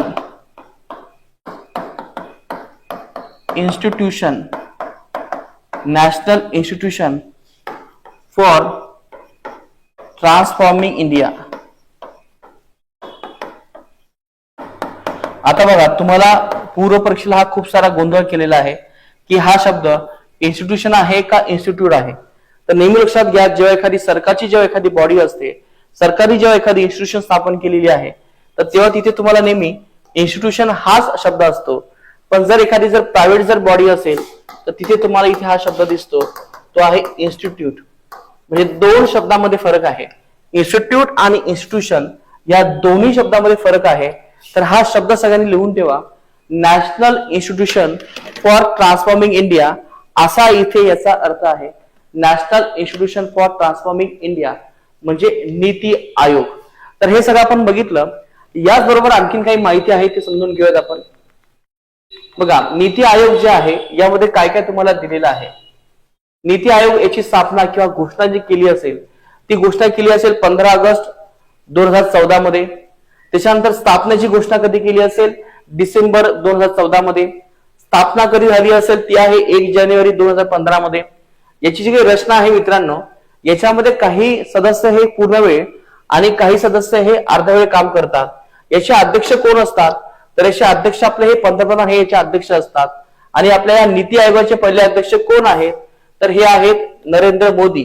नंतर याचे उपाध्यक्ष कोण आहेत सध्या, तर ते आहे सुमन बेरी. तर हे थोडंसं पुरुषांगली महत्वाचं आहे. याच्यामध्ये एकूण पूर्णवेळ सदस्य किती आहे, तर पूर्णवेळ सदस्य सध्या निश्चित केलेले नाहीये. अर्धवेळ सदस्य जे आहेत ते सांगितले आहेत की जास्तीत जास्त 2 असावी असं म्हणण्यात आलेलं आहे. पदसिद्ध सदस्य किती आहेत, तर केंद्रीय मंत्रिमंडळामधून आपण कमीत कमी 4 मंत्री आपण याच्यामध्ये नेमत असतो, तर हे आहेत पदसिद्ध सदस्य. विशेष आमंत्रित सदस्य किती आहेत, तर हे पंतप्रधानाद्वारे इथे निवडले जातात. तर मित्रांनो, जर तुम्हाला जर कदाचित प्रश्न आला की नीती आयोगाची संरचना समजून सांगा किंवा नीती आयोगासंदर्भात चर्चा करा, तर तुम्हाला हे काही महत्वाचे मुद्दे मांडणं अपेक्षित आहे. घोषणा, स्थापना, रचना आणि कार्य. तर हे तुम्हाला सांगावेच लागतील, तर तुम्हाला तेव्हा कुठे याच्यामध्ये 10 मार्क्स मिळू शकतील. तर मित्रांनो, हे अशा प्रकारचं आहे. आता याचे कार्य लक्षात घेऊयात. याचे कार्य कोणकोणते आहेत. नियोजन आयोगाने तयार केलेल्या विविध योजना व पंचवार्षिक योजना यांच्या आराखड्याला अंतिम स्वरूप व मान्यता देणे. म्हणजे जे काही नियोजन आयोगाने तयार केलेले हे थोडंसं वेगळं आहे. सॉरी, हे कार्य थोडंसं वेगळं आहे. हे आहे ते कार्य. भारतातील लोकसंख्या लाभांशाचा व त्याच्या क्षमतांचा पुरेपूर वापर करून देशाचा विकास करणे हे याचं काम आहे. देशाला आर्थिक विकास करणे, देशाचा विकास करणे, देशामध्ये संसाधनाचा विकास करणे हे नीती आयोगाचं काम आहे. हे थिंक टँकचं काम आहे. देशातील आर्थिक असमानता, दारिद्र्य कमी करण्यासाठी उपाययोजना सुचवणे हे नीती आयोगाचं काम आहे. ग्रामीण भागासाठी विशेष योजना तयार करून त्यांना देशाच्या विकास प्रक्रियेत सहभागी करून घेणे हे नीती आयोगाचं काम आहे. म्हणजे प्रत्येक ग्रामीण भागासाठी आपल्याला योजना तयार करायच्या, शेतकऱ्यांसाठी योजना तयार करायची असेल, ग्रीन एनर्जीसाठी तयार करायची असेल, महिलांसाठी योजना तयार करायची आहे, जेणेकरून त्यांना त्यांच्या समाजामध्ये त्यांचा दर्जा हा वाढेल, यांचं कल्याण होईल. तर यासाठी नेहमी नियोजन आयोग प्रयत्न करते. तर लक्षात घ्या, नियोजन बनवणं, याच्यावरती विचार करणं हे नीती आयोगाचं काम आहे. परंतु अंमलबजावणी करणं हे कोणाचं काम आहे, तर हे मुळात काम आहे सरकारचं काम आहे. आणि विशेषतः जर एखादा सल्ला नीती आयोगाने जर दिला असेल तर ते पाळणे अथवा न पाळणे ही जबाबदारी कोणाची आहे, तर ही सरकारची जबाबदारी आहे. सरकारवरती कोणत्याही प्रकारचं बंधन दिलेलं नाहीये. नीती आयोगाने जर सल्ला दिला असेल ते सरकारवरती डिपेंड आहे की ते पाळायचं अथवा पाळायचं नाही. तर मित्रांनो, अशा प्रकारचा इथे एकमेकांचा इथे संबंध आपल्याला दिसून येतो. एवढंच नाही तर देशातील लहान उद्योग, विशेषतः ग्राम उद्योग यांच्या विकासासाठी प्रोत्साहन देणे हे सुद्धा इथे आपल्या नीती आयोगाचे इथे काम आहे. तर हे अशा प्रकारचे आपण इथे नीती आयोगाची स्थापना केलेली आहे, याचं आपण कार्य समजून घेतलेलं आहे. तर मित्रांनो, तुम्हाला याच्यावरती आणखी एक प्रश्न मी देतो, तो लिहून घ्या. हा तुमचा आता दुसरा प्रश्न असेल. तर हा प्रश्न असा आहे की तो आहे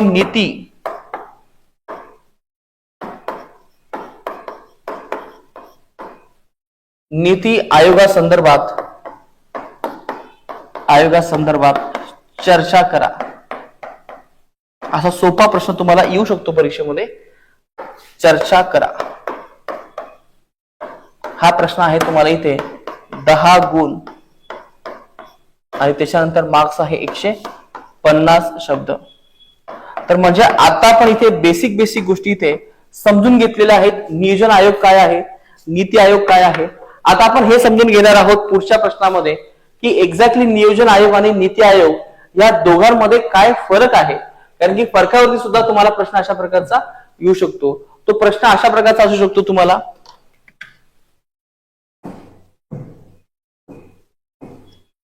क्वेश्चन नंबर 3 हा क्वेश्चन नंबर 3. नियोजन आयोग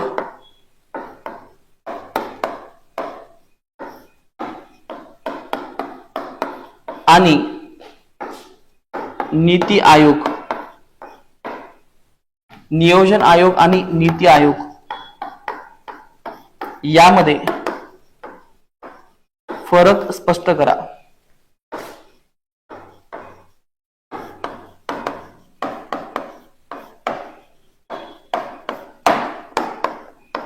दहा गुण 150 शब्द. तुम्हाला इथे आता फरक करा असा प्रश्न इथे दिलेला आहे. तर मित्रांनो, आता आपण याचं उत्तर मिळवण्याचा प्रयत्न करूयात की नियोजन आयोग आणि नीती आयोगामध्ये काय फरक आहे. जे मी तुम्हाला सांगितलं असेल तोच फरक तुम्हाला इथे 2 कॉलम मध्ये इथे मांडायचा आहे. तर चला तर आपण बघूयात की कोणकोणता फरक होऊ शकतो.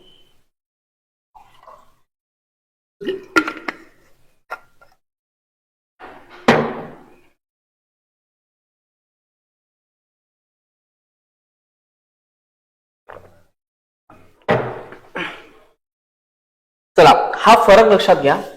जेव्हा कधी तुम्हाला फरकाचा हा प्रश्न विचारला जाईल तर तेव्हा तुम्हाला काय करायचंय, तर हे अशा प्रकारचे इथे 2 कॉलम करायचे आणि 2 कॉलम करून तुम्हाला याचा डिफरन्स लिहायचा आहे.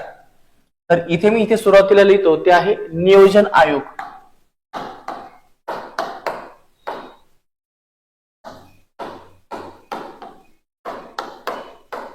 जे दुसरं आहे ते आहे इथे नीती आयोग.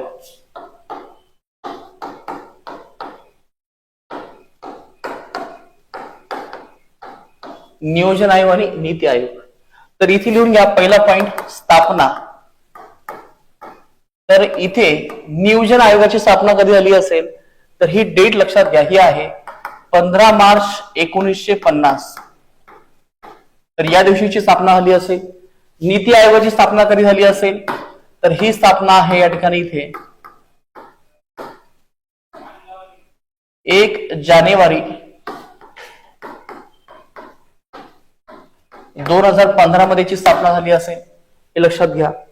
त्याच्यानंतर आपल्याला इथे लिहिता येईल की याचे अध्यक्ष कोण असतात. तर याचे अध्यक्ष आहेत पंतप्रधान. इकडे सुद्धा याचे अध्यक्ष कोण आहेत तर याचे सुद्धा अध्यक्ष आहेत या ठिकाणी इथे पंतप्रधान. पंतप्रधान याचे अध्यक्ष आहेत. याच्यामध्ये तिसरा फरक सांगता येईल तुम्हाला. रचनेमध्ये सदस्य हे पूर्ण वेळ आहेत. सदस्य पूर्ण वेळ काम करतात.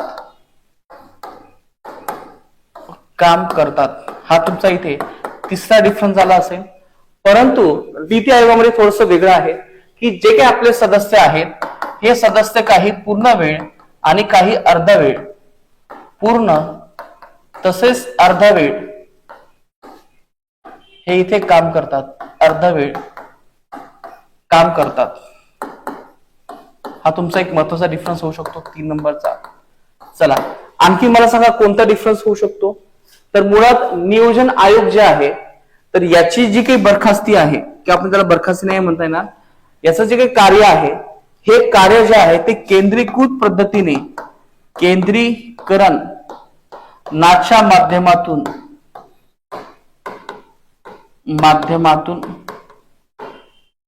कार्य करते. परंतु तुम्हाला माहितीच असेल की आपला जो काही नीती आयोग आहे ते कोणत्याही प्रकारे केंद्रीकृत नाहीये. तर याचा जो काही बेस आहे तो आहे विकेंद्रीकरण. तर जो काही नीती आयोग आहे ते विकेंद्रीकरणाच्या माध्यमातून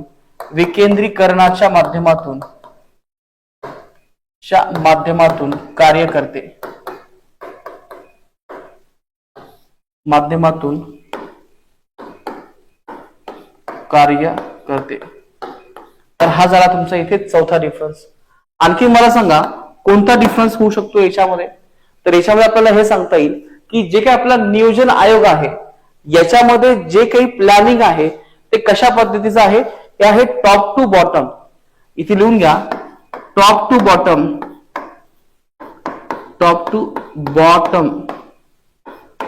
नियोजन होते. आणि हे जे नियोजन आहे नीती आयोगाचे नियोजन हे प्रामुख्याने कशा प्रकारचं आहे, हे बॉटम टू टॉप ह्या पद्धतीचं नियोजन आहे. तर हा झाला तुमचा इथे 5वा डिफरन्स. तर हे नियोजन आहे किंवा होते, हा मेन डिफरन्स आहे. टॉप टू बॉटम आणि इथे आहे बॉटम टू टॉप नियोजन होते. तर अशा पद्धतीच्या याच्यामध्ये वेगळे आपण याच्यामध्ये दृष्टिकोन वापरत असतो. तर हे तुम्हाला 5 डिफरन्स लक्षात आलेत का. परीक्षेमध्ये तुम्हाला हे 5 डिफरन्स लिहिणं अपेक्षित आहे. याचबरोबर आणखीन काही डिफरन्स आहे जे तुम्हाला इथे स्टेट बोर्ड मध्ये सांगितलेले आहेत. बघा स्टेट बोर्ड मध्ये कोणते डिफरन्स सांगितले असतील, हे 5 डिफरन्स लक्षात घ्या. जे आपण बघितलं असेल याची स्थापना झाली असेल 1950 मध्ये, याची स्थापना झाली असेल या ठिकाणी 2015 मध्ये. नियोजन आयोग मंत्रालयावर राज्य सरकारला निधी पुरवत असते. हे कोणत्याही प्रकारे निधीचा पुरवठा करत नाही. हा एक डिफरन्स होऊ शकतो. नंतर राज्याची भूमिका कळवण्यासाठी इथे एनडीसीची स्थापना केलेली आहे आणि राज्य सरकारची भूमिका नियोजन मंडळापेक्षा जास्त महत्वाची असणे इथे अपेक्षित केलेलं आहे. म्हणजे इथे राज्यांना जास्त महत्व दिलेलं आहे, नियोजन आयोगामध्ये कोणत्याही प्रकारच्या राज्यांना महत्व दिलेलं नाही. सचिव किंवा सदस्य नेहमीच्या प्रक्रियेद्वारे नियुक्त होतात. याच्यामध्ये कोणाच्या माध्यमातून नियुक्त होतात? पंतप्रधान यांच्या माध्यमातून नियंत्रित होतात किंवा नियुक्त केले जातात. नियोजन आयोगाकडे अर्धवेळ काम करणारे सदस्य संख्या अजिबात नाही आणि नीती आयोगाकडे दोन्ही प्रकारचे लोक आहेत, पूर्णवेळ प्लस अर्धवेळ. हे आपण इथे समजून घेतलेलं आहे. नियोजन आयोगाकडे असलेला अध्यक्ष, सचिव किंवा सदस्य पूर्णवेळ काम करणारे सदस्य असतात. याच्यामध्ये काही पूर्णवेळ आणि काही अर्धवेळ असं इथं म्हटलेलं आहे. नंतर इथं म्हटलेलं आहे नियोजन आयोग राज्यांसाठी धोरणे लागू करणे आणि प्रकल्पांना मंजुरी देऊन निधीचं वाटप करणे हे करत असते. परंतु नीती आयोग जो आहे हा केवळ विचार विनिमय करणारा गट असून त्यास धोरणे बनवण्याचा अधिकार नाही. केवळ काय बनवणे आहे? केवळ विचार करणे, धोरण बनवण्याचा याला अधिकार नाही. तर आपण हे आतापर्यंत इथे 5 लक्षात घेतलं आहे. तुम्हाला जे काही समजलं असेल मित्रांनो, याच्यावरती आपल्याला परत एकदा इथे लिहून घ्यायचंय की तुम्ही काय काय समजून घेतला. बघा, नंबर 6, नियोजन आयोग धोरण बनवू शकते. नियोजन आयोग धोरण बनविते. इथे लिहा 6 मध्ये, नीती आयोग धोरण बनवू शकत नाही.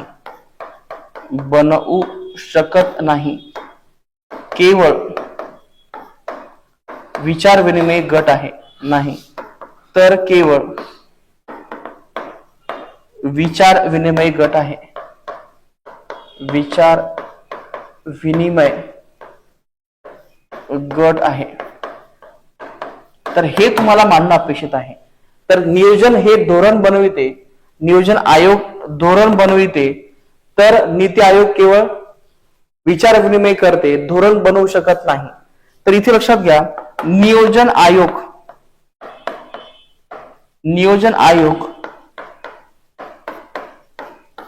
इथे सर्वात महत्वाचं आहे, प्रकल्पांना मंजुरी देऊ शकते. नियोजन आयोग प्रकल्पांना मंजुरी देणे व निधी वाटप करू शकते. इथे काय दिलं असेल? इथे बघा, नीती आयोग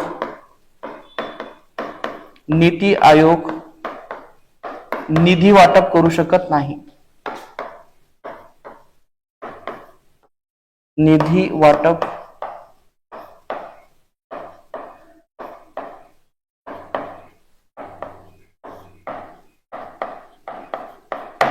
तर लक्षात घ्या, हे तुम्हाला इथे जवळपास 7 डिफरन्स लिहिता आले तर याचा अर्थ की तुम्ही सक्सेस आहात. तुम्हाला हा टॉपिक इथे लक्षात आलेला आहे. तर मी जस्ट तुम्हाला एकदा वाचून दाखवतो, मी तुमच्या लक्षात येईल. तर तुम्हाला या 10 मार्कांसाठी फक्त तुम्हाला एवढंच लिहायचं आहे.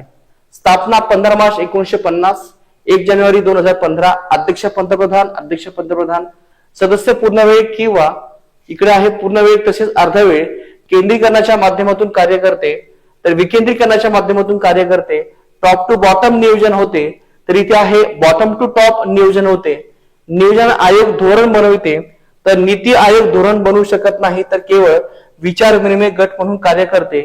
नियोजन आयोग प्रकल्पांना मंजुरी देणे व निधी वाटप करू शकते, परंतु नीती आयोग कधीही निधी वाटप करू शकत नाही. तर मित्रांनो, हे तुम्हाला फक्त 7 मुद्दे लिहिण्याची अपेक्षा होती. जर तुम्ही जर इथे एवढं लिहू शकला तर याचा अर्थ की तुम्हाला हे जमलेलं आहे. तर मित्रांनो, अशा प्रकारे इथे आपण 3 क्वेश्चनचा आज इथे आढावा घेतलेला आहे आणि हे तुम्हाला जमायला हवं, म्हणजे जमायलाच हवं.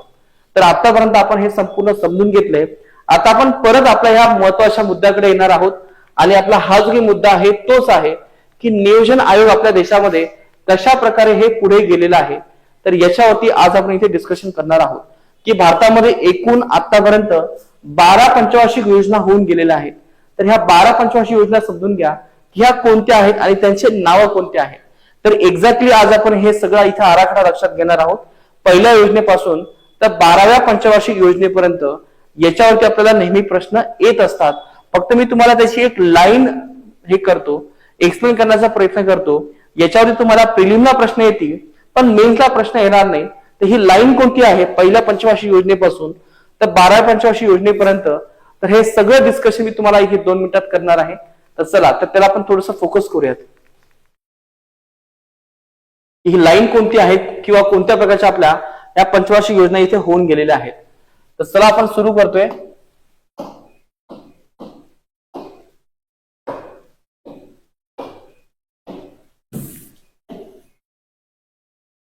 यामध्ये पहिली पंचवार्षिक योजना आपल्या देशामध्ये होऊन गेली असेल ती आहे 1951 पासून तर 1956 मध्ये. तर ही आहे आपली पहिली पंचवार्षिक योजना. त्याच्यानंतर आपल्या देशामध्ये दुसरी पंचवार्षिक योजना झाली असेल तर ही झाली असेल 1956 पासून तर 1961 पर्यंत. ही आहे आपली इथे दुसरी पंचवार्षिक योजना. त्याच्यानंतर आपल्या देशामध्ये तिसरी पंचवार्षिक योजना आली असेल तर ती आहे 1961 पासून तर 1966 मध्ये तिसरी पंचवार्षिक योजना. त्याच्यानंतर देशामध्ये चौथी पंचवार्षिक योजना होऊ शकली नाही, थोडासा इथे गॅप झालेला आहे. तो गॅप का झाला असेल तुम्हाला मी सांगतोच. तर हा गॅप आहे 1966 पासून तर 1969 पर्यंत. तर याला आपण या ठिकाणी म्हणतो सुट्टीचा कालावधी, सुट्टीचा कालावधी किंवा सुट्टीचा नियोजन. तर हे लक्षात घ्या, सुट्टीचा कालावधी. आता हा कालावधी आपण का घेतला असेल हे तुम्हाला पुढे कळेलच, फक्त हे लक्षात घ्या. त्याच्यानंतर इथे आपली चौथी पंचवार्षिक योजना आलेली आहे. तर याचा कालावधी आहे 1969 ते 1974. तर ही आहे या ठिकाणी आपली ती चौथी पंचवार्षिक योजना. त्याच्यानंतर पाचवी पंचवार्षिक योजना आली असेल, याची डेट आहे 1974 पासून तर 1979 पर्यंत. परंतु ही योजना मुळात 1974 पासून तर 1978 पर्यंतच टिकू शकली, कारण की जे काही सरकार आहे इंदिरा गांधी यांचं सरकार ते पडलं, तर त्यामुळे याचा कालावधी हा 4 वर्षाचाच आहे. म्हणजे पाचवी योजना कधीही 5 वर्ष पूर्ण होऊ शकली नाही. याचा कालावधी हा फक्त 4 वर्षाचाच होता. हा आहे 1974 ते 1978. त्याच्यानंतर ही झाली आपली पाचवी योजना. आता आपण इथे 6वी योजना लक्षात घेऊयात. तर 6व्या योजनेचा कालावधी आहे 1980 पासून. मुळात लक्षात घ्या मित्रांनो, 5व्या योजनेनंतर जनता सरकार सत्तेमध्ये आलं आणि त्यांनी त्यांच्या हिशोबाने नवीन एक योजना तयार केली असेल, तर याचं नाव आहे सरकती योजना. तर हा कालावधी आहे 1978 ते 1980 पर्यंत. तर या योजनेला म्हणायचं आपण या ठिकाणी ते सरकती योजना. सरकती योजना याला आपण इंग्लिशमध्ये रोलिंग प्लॅन असं म्हणतो. Rolling plan. रोलिंग प्लॅन म्हणजे सरकती योजना. म्हणजे पूर्ण 5 वर्षाचं नियोजन न करता एका वर्षाचं नियोजन करणं. एका वर्षाचं, मग नंतर परत दुसऱ्या वर्षाचं, नंतर 5 वर्ष होता होता आणि मग सगळ्या गोष्टीला कॅल्क्युलेट करायचं की बाबा ठीक आहे मी 5 वर्षाचं नियोजन पूर्ण केलेलं आहे. म्हणजे पूर्ण 5 वर्षाचं नियोजन हे आधी न ठरवता हळूहळू टप्प्याटप्प्याने 5 वर्षापर्यंत घेऊन जाणे, याला म्हणतो आपण इथे सरकती योजना. तर मुळात जेव्हा जनता सरकार होतं किंवा मोरारजी देसाई जेव्हा पंतप्रधान होते, तर तेव्हा आपण ही योजना या ठिकाणी इथे सुरू केली होती 1978-1980 मध्ये. मित्रांनो, त्याच्यानंतर या ठिकाणी इथे आपली 6वी योजना आलेली आहे. तर याचा कालावधी आहे 1980 ते 1985. तर तेव्हा इंदिरा गांधी आपल्या पीएम होत्या, परंतु 1984 मध्ये त्यांचं निधन झालं, त्यांची हत्या करण्यात आली. त्याच्यानंतर राजीव गांधी आपले हे पंतप्रधान झालेले आहेत. तर ही योजना कितवी आहे? 6वी योजना. ही आहे आपली 6वी योजना. तर कालावधी लक्षात घ्या 1980 ते 1985. त्याच्यानंतर आपण पुढच्या योजना लक्षात घेऊयात. तर पुढच्या योजना सुद्धा अशाच प्रकारच्या आहेत, फक्त यांचे वर्ष लक्षात ठेवा. प्रिलिम्ससाठी तुम्हाला योजना हा टॉपिक खूप महत्वाचा आहे. त्याच्यानंतर 1985 ते 1990. तर तेव्हा राजीव गांधी आपले पीएम होते 1985 ते 1990. तर ही जी काही योजना आहे ही आपली इथे 7वी योजना आहे, 7वी पंचवार्षिक योजना. त्याच्यानंतर 1990 ते 1992 यामध्ये सुट्टी होती, कारण की तेव्हा आपल्या देशाची परिस्थिती जी आहे ती एकदम हालाकीची होती. तर त्यामुळे आपल्याला याच्यावरती कोणत्याही प्रकारचं नियोजन करता आलं नाही. देश आर्थिक संकटामध्ये होता. तर कालावधी हाच आहे 1990-1992. त्याच्यानंतर आपल्या देशामध्ये आपण 8वी योजना सुरू केली असेल, ती आहे 1992 पासून तर 1997 मध्ये. तर ही आहे आपली या ठिकाणी इथे 8वी योजना. 8वी योजना. त्याच्यानंतर आपली नवी योजना सुरू झाली असेल तर ही आहे 1997 पासून, तर जवळपास 5 वर्ष पुढे, म्हणजे किती असेल 2002 ही आहे आपली इथे नववी योजना. त्याच्यानंतर आपल्या देशामध्ये 10वी योजना आली असेल तर ही आली असेल 2002 पासून तर 2007 पर्यंत 10वी योजना. त्याच्यानंतर आपल्या देशामध्ये आलेली आहे इथे 11वी योजना, तर ही आहे 2007 पासून तर ही आहे 2012 पर्यंत, ही आहे इथे 11वी योजना.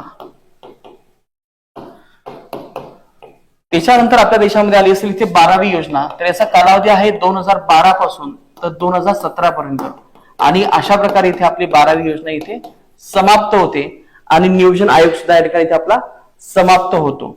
तर आता तुम्हाला प्रश्न पडला असेल की सर हे एवढं सगळं लक्षात ठेवायचं आहे का?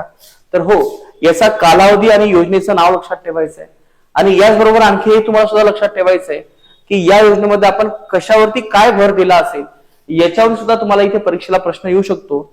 एक्झॅक्टली आता आपण हे बघण्याचा प्रयत्न करूयात. लक्षात घ्या मित्रांनो, पहिल्या पंचवार्षिक योजनेमध्ये आपण कशावरती फोकस केला असेल, तर पहिल्या पंचवार्षिक योजनेमध्ये आपण सर्वात जास्त फोकस केला असेल कृषी क्षेत्रावरती फोकस केलेला आहे. म्हणजे आपला उद्देश तोच होता की कृषी क्षेत्राला फोकस करून आपल्याला कृषीचा विकास करायचा आहे, जेणेकरून देशाला विकसित होता येईल. कारण की सर्वात जास्त जे रोजगार आहे तो कृषी क्षेत्रामध्ये आहे, देशाचा रोजगार हा कृषी क्षेत्रामध्ये आहे, देशाचा विकास हा कृषी क्षेत्रावरती अवलंबून आहे. म्हणून आपण पहिल्या पंचवार्षिक योजनेमध्ये आपण कृषी क्षेत्राला फोकस केला असेल, आणि यासाठी आपण जे मॉडेल विकसित केलं आहे याचं नाव आहे हेराल्ड डोमर. तर हे मॉडेलचं नाव लक्षात ठेवा, या मॉडेलचं नाव आहे हेराल्ड डोमर. तर हेराल्ड डोमर मॉडेल आपण या ठिकाणी ते विकसित केलेलं आहे. त्याच्यानंतर दुसऱ्या मॉडेलमध्ये आपल्या लक्षात आलं होतं की ठीक आहे बाबा, कृषीवरती फोकस करतोय पण कृषीमुळे लॉंग टर्म विकास होणार नाही, म्हणून आपलं जे काही प्लॅन आहे आपल्या कृषीवरती आपण ते चेंज केलं, आणि आपण दुसऱ्या योजनेमध्ये आपण हा फोकस केला असेल आपला अवजड उद्योग.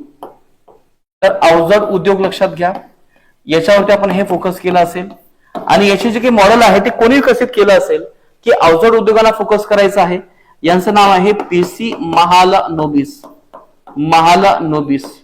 तर हे लक्षात घ्या, तुम्हाला मी पुढे सांगणारच हा रेफरन्स, पण आता फक्त इथे पाठ करा.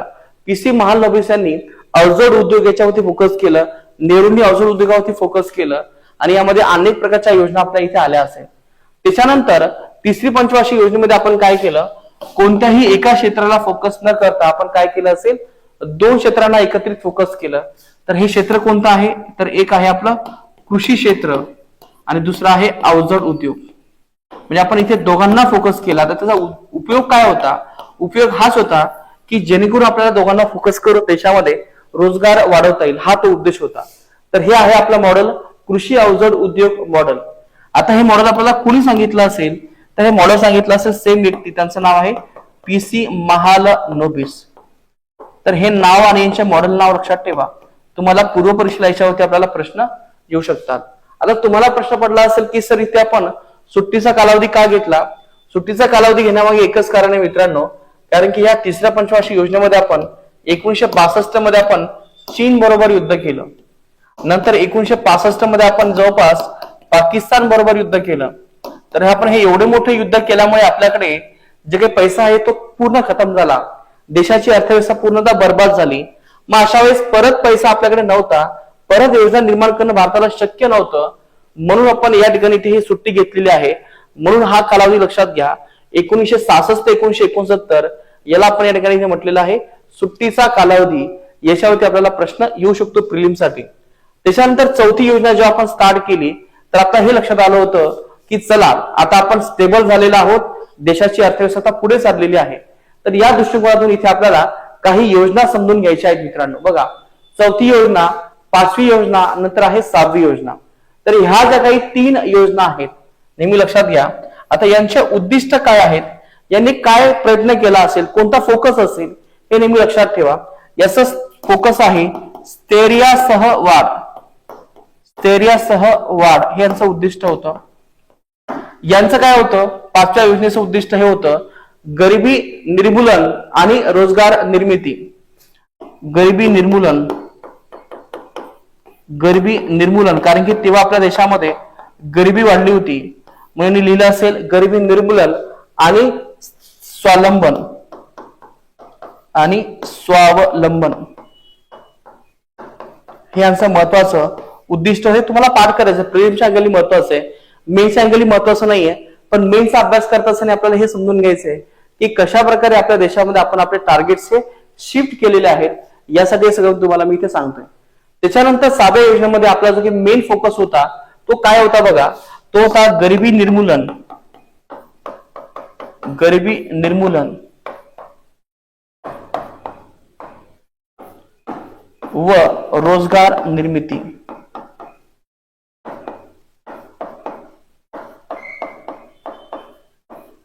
तर आपलं हे या ठिकाणी हे टार्गेट आहे, गरिबी निर्मूलन व रोजगार निर्मिती. तर मित्रांनो लक्षात घ्या, तर हे 3 महत्वाचे आहेत जे तुम्हाला इथे सांगितलेत मी. तर हे 3 पाठ करा. आता याच्यामध्ये बघा, भलेही ती तुमची चौथी योजना असेल, चौथी योजना आहे, त्याच्यानंतर इथे 5वी योजना आहे, नंतर इथे आपली 6वी योजना आहे. तर याच्यामध्ये जे काही पीएम आहेत त्या एकच आहेत, त्या आहेत आपल्या इंदिरा गांधी. तर इंदिरा गांधी पीएम आहेत, तर यांनी एकाच प्रकारचं जे काही मॉडेल आहे ते आपल्या देशामध्ये स्वीकारलेलं आहे आणि हे मॉडेल एकच आहे. तर ते मॉडेल कोणतं आहे? ॲलन आणि रुद्र. तर हे मॉडेल नाव लक्षात घ्यायचं, ॲलन आणि अशोक रुद्र, ॲलन आणि अशोक रुद्र.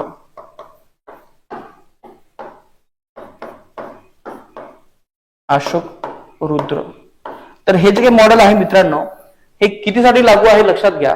तर हे मॉडेल लागू आहे या ठिकाणी आपली 4थी योजना, त्याच्यानंतर 5वी योजना, 6वी योजना, या सगळ्यांसाठी इथे आपल्याला एकच मॉडेल आहे, ते आहे ॲलन आणि अशोक रुद्र. तर मित्रांनो अशा प्रकारचा तुम्हाला आराखडा समजून घ्यायचा आहे, याच्यावरती आपल्याला इथे प्रश्न येऊ शकतो. तर हे सगळे इथे लक्षात ठेवा, त्याचे उद्दिष्ट कोणते आहेत आणि यांचे मॉडेल कोणते आहे. त्याच्यानंतर आपण इथे 7व्या योजनेवरती येणार आहोत. तर 7व्या योजनेमध्ये आपल्या देशामध्ये रोजगार निर्मिती ही खूप मोठी समस्या होती. तर या दृष्टिकोनातून आपण आपलं उद्दिष्ट ठेवण्यात आलं, तर ते आहे रोजगार निर्मिती. रोजगार निर्मिती आपलं हे याच्यामध्ये उद्दिष्ट होतं, रोजगार निर्मिती. आणि याचं जे काही मॉडेल मांडलं असेल ते आहे ब्रह्मानंद अँड वकील, ब्रह्मानंद आणि वकील. तर यांनी हे मॉडेल या ठिकाणी आपल्या देशामध्ये मांडण्याचा प्रयत्न केला. यांचं नाव आहे ब्रह्मानंद आणि वकील. त्याच्यानंतर 1990 ते 92 मध्ये देशामध्ये आर्थिक सुधारणा चालू होत्या, देशामध्ये आर्थिक समस्या चालू होत्या, यामुळे आपण याच्यामध्ये सुट्टी घेतलेली आहे. त्याच्यानंतर 8वी योजना जी आहे मित्रांनो, यामध्ये आपल्या देशामध्ये आर्थिक सुधारणा देण्याचं काम जे केलं असेल मनमोहन सिंग आणि नरसिंह राव यांनी केलं असेल, आणि म्हणून या मॉडेलचं नाव आहे राव मनमोहन, राव मनमोहन. याला आपण इथे प्रतिमान असं म्हणतो. आणि यांचं उद्दिष्ट काय असेल, यांना काय करायचं होतं, तर यांना आपल्या देशामध्ये मानव विकास करायचा होता. देशामध्ये मानव विकास करण्यासाठी यांनी इथे हे उद्दिष्ट ठेवलं होतं. तर ही योजना आहे आपल्या ठिकाणी इथे 8वी योजना. आता 9वी योजना, 10वी योजना, 11वी योजना, 12वी योजना, याच्यामध्ये लक्षात घ्या कोणत्याही प्रकारचं मॉडेल नाहीये. फक्त याच्यामध्ये जे काही त्यांनी महत्वपूर्ण आपल्याला जे काही उद्दिष्ट ठेवले असतील हे थोडीशी इथे उद्दिष्ट समजून घ्यायचे आहेत. तर 9व्या योजनेचं उद्दिष्ट हेच होतं, ग्रामीण आणि कृषी विकास, किंवा आपण त्याला म्हणूयात कृषी आणि ग्रामीण विकास, कृषी व ग्रामीण विकास हे आपलं उद्दिष्ट होतं 9व्या योजनेचं. त्याच्यानंतर 10व्या योजनेचं आपलं उद्दिष्ट होतं आपल्याला सर्वात जास्त शिक्षणावरती फोकस करायचं असेल, तर शिक्षणावरती आपण फोकस करून आपलं उद्दिष्ट आपण ठेवलं असेल 10व्या योजनेचं, ते आहे शिक्षण.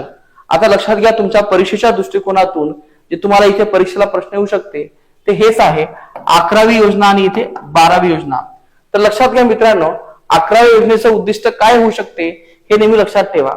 तर याच्यावरती तुम्हाला प्रश्न येऊ शकते आणि थोडासा लिटिल बिट याच्यामध्ये डिफरन्स आहे. हे तुम्हाला ऑलरेडी मी तुमच्या पीपीटी मध्ये सुद्धा लिहून दिलेलं आहे. एकदा परत वाचा, तुम्हाला याच्यावरती नक्कीच या ठिकाणी इथे फायदा होईल, समजून घ्या. आता याच्यामध्ये बघा 11वी योजना काय दिलेलं असेल, घोषवाक्य जलद व सर्वसमावेशक वृद्धी. आणि नंतर आहे 12वी पंचवार्षिक योजनेचं उद्दिष्ट आहे जलद व शाश्वत सर्वसमावेशक वृद्धी. तर लक्षात घ्या, हे तुम्हाला लक्षात ठेवायचं आहे. याच्यावरती इथे आपल्याला प्रश्न येऊ शकतो. तो शब्द असा आहे, जलद आणि अधिक सर्वसमावेशक वृद्धी. जलद आणि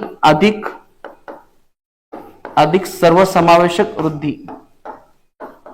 सर्वसमावेशक वृद्धी हा शब्द तुम्हाला दिलेला आहे. हे लक्षात ठेवा. 11वी पंचवार्षिक योजना. आता 12वी पंचवार्षिक योजना काय आहे, हे जवळपास असंच आहे, फक्त याच्यामध्ये एक शब्द इथे ऍड केलेला आहे, जलद शाश्वत आणि अधिक सर्वसमावेशक वृद्धी.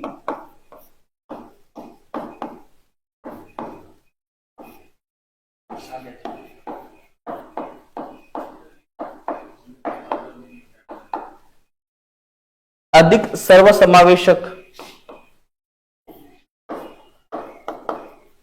तर लक्षात घ्या मित्रांनो, याच्यामध्ये आपण जवळपास 12 आणि 11 यांचे उद्दिष्ट लक्षात घेतलेले आहेत. 11 मध्ये काय सांगितलं असेल, जलद आणि अधिक सर्वसमावेशक वृद्धी, आणि नंतर आहे 12 मध्ये जलद शाश्वत आणि अधिक सर्वसमावेशक वृद्धी. तर आपण इथे आतापर्यंत जे काही डिस्कशन केलेलं आहे ते हेच केलेलं आहे की कशा प्रकारच्या ह्या पंचवार्षिक योजना होऊन गेल्या. तर तुम्हाला हे प्रिलिमच्या अँगलनी महत्वाचं आहे, मेन्सला महत्वाचं नाहीये. तर त्यामुळे थोडंसं इथे व्यवस्थित वाचून घ्या, पाठ करून घ्या, याच्यावरती आपल्याला प्रश्न येऊ शकतो. तर उद्या आपण हे समजून घेणार आहोत, अधिक सर्वसमावेशक वृद्धी म्हणजे काय, शाश्वत विकास म्हणजे काय. तर उद्याच्या लेक्चरमध्ये आपण हे इथे सविस्तर डिस्कशन करणार आहोत. आज आपण इथे फक्त क्लासमध्ये फक्त 3 गोष्टी इथे समजून घेतलेल्या आहेत. तर ह्या कोणत्या 3 गोष्टी आहेत लक्षात घ्या, नियोजन आयोग, नीती आयोग, नियोजन आयोग, नीती आयोग, आणि आतापर्यंत आपल्या देशामध्ये कोणत्या प्रकारच्या या 12 पंचवार्षिक योजना होऊन गेलेल्या आहेत याच्यावरती आपण इथे डिस्कशन केलेलं आहे. आणि याचबरोबर सेंट्रलाइज डिसेंट्रलाइज म्हणजे काय हे समजून घेतलेलं आहे. आता पुढच्या लेक्चरमध्ये आपण हे समजून घेणार आहोत की आपल्या देशामध्ये ही 11वी आणि 12वी पंचवार्षिक योजनेचा काय रोल होता. तर आपण हे पुढच्या लेक्चरमध्ये इथे सविस्तर समजून घेणार आहोत. तर नक्कीच तुम्हाला हे सगळे इथे कळालं असेल. नक्कीच तुम्ही याच्यावरती थोडंसं रिवाइज करा, पाठ करा, कारण की हा डेटा पाठ आहे. कारण की हा प्रश्न जो आहे किंवा ही जी काही स्लाइड आहे ती पूर्णतः तुम्हाला पूर्व परीक्षेसाठी महत्वाची आहे. ही सुद्धा काय आहे, पूर्व परीक्षेसाठी महत्वाची आहे.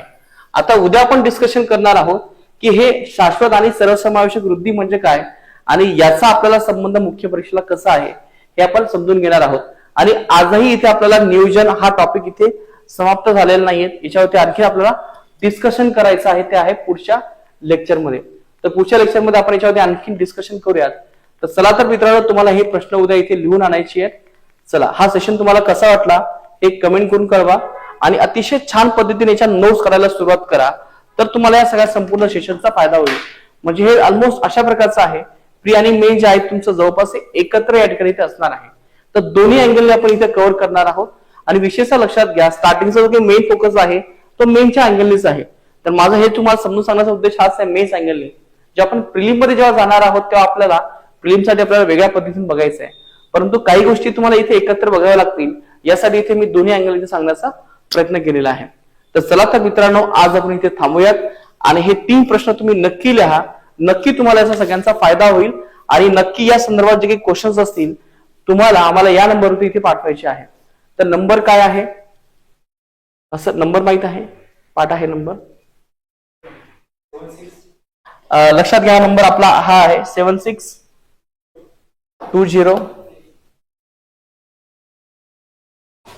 तोच व्हॉट्सअप नंबर आहे, तोच आहे का? चला, 7261902020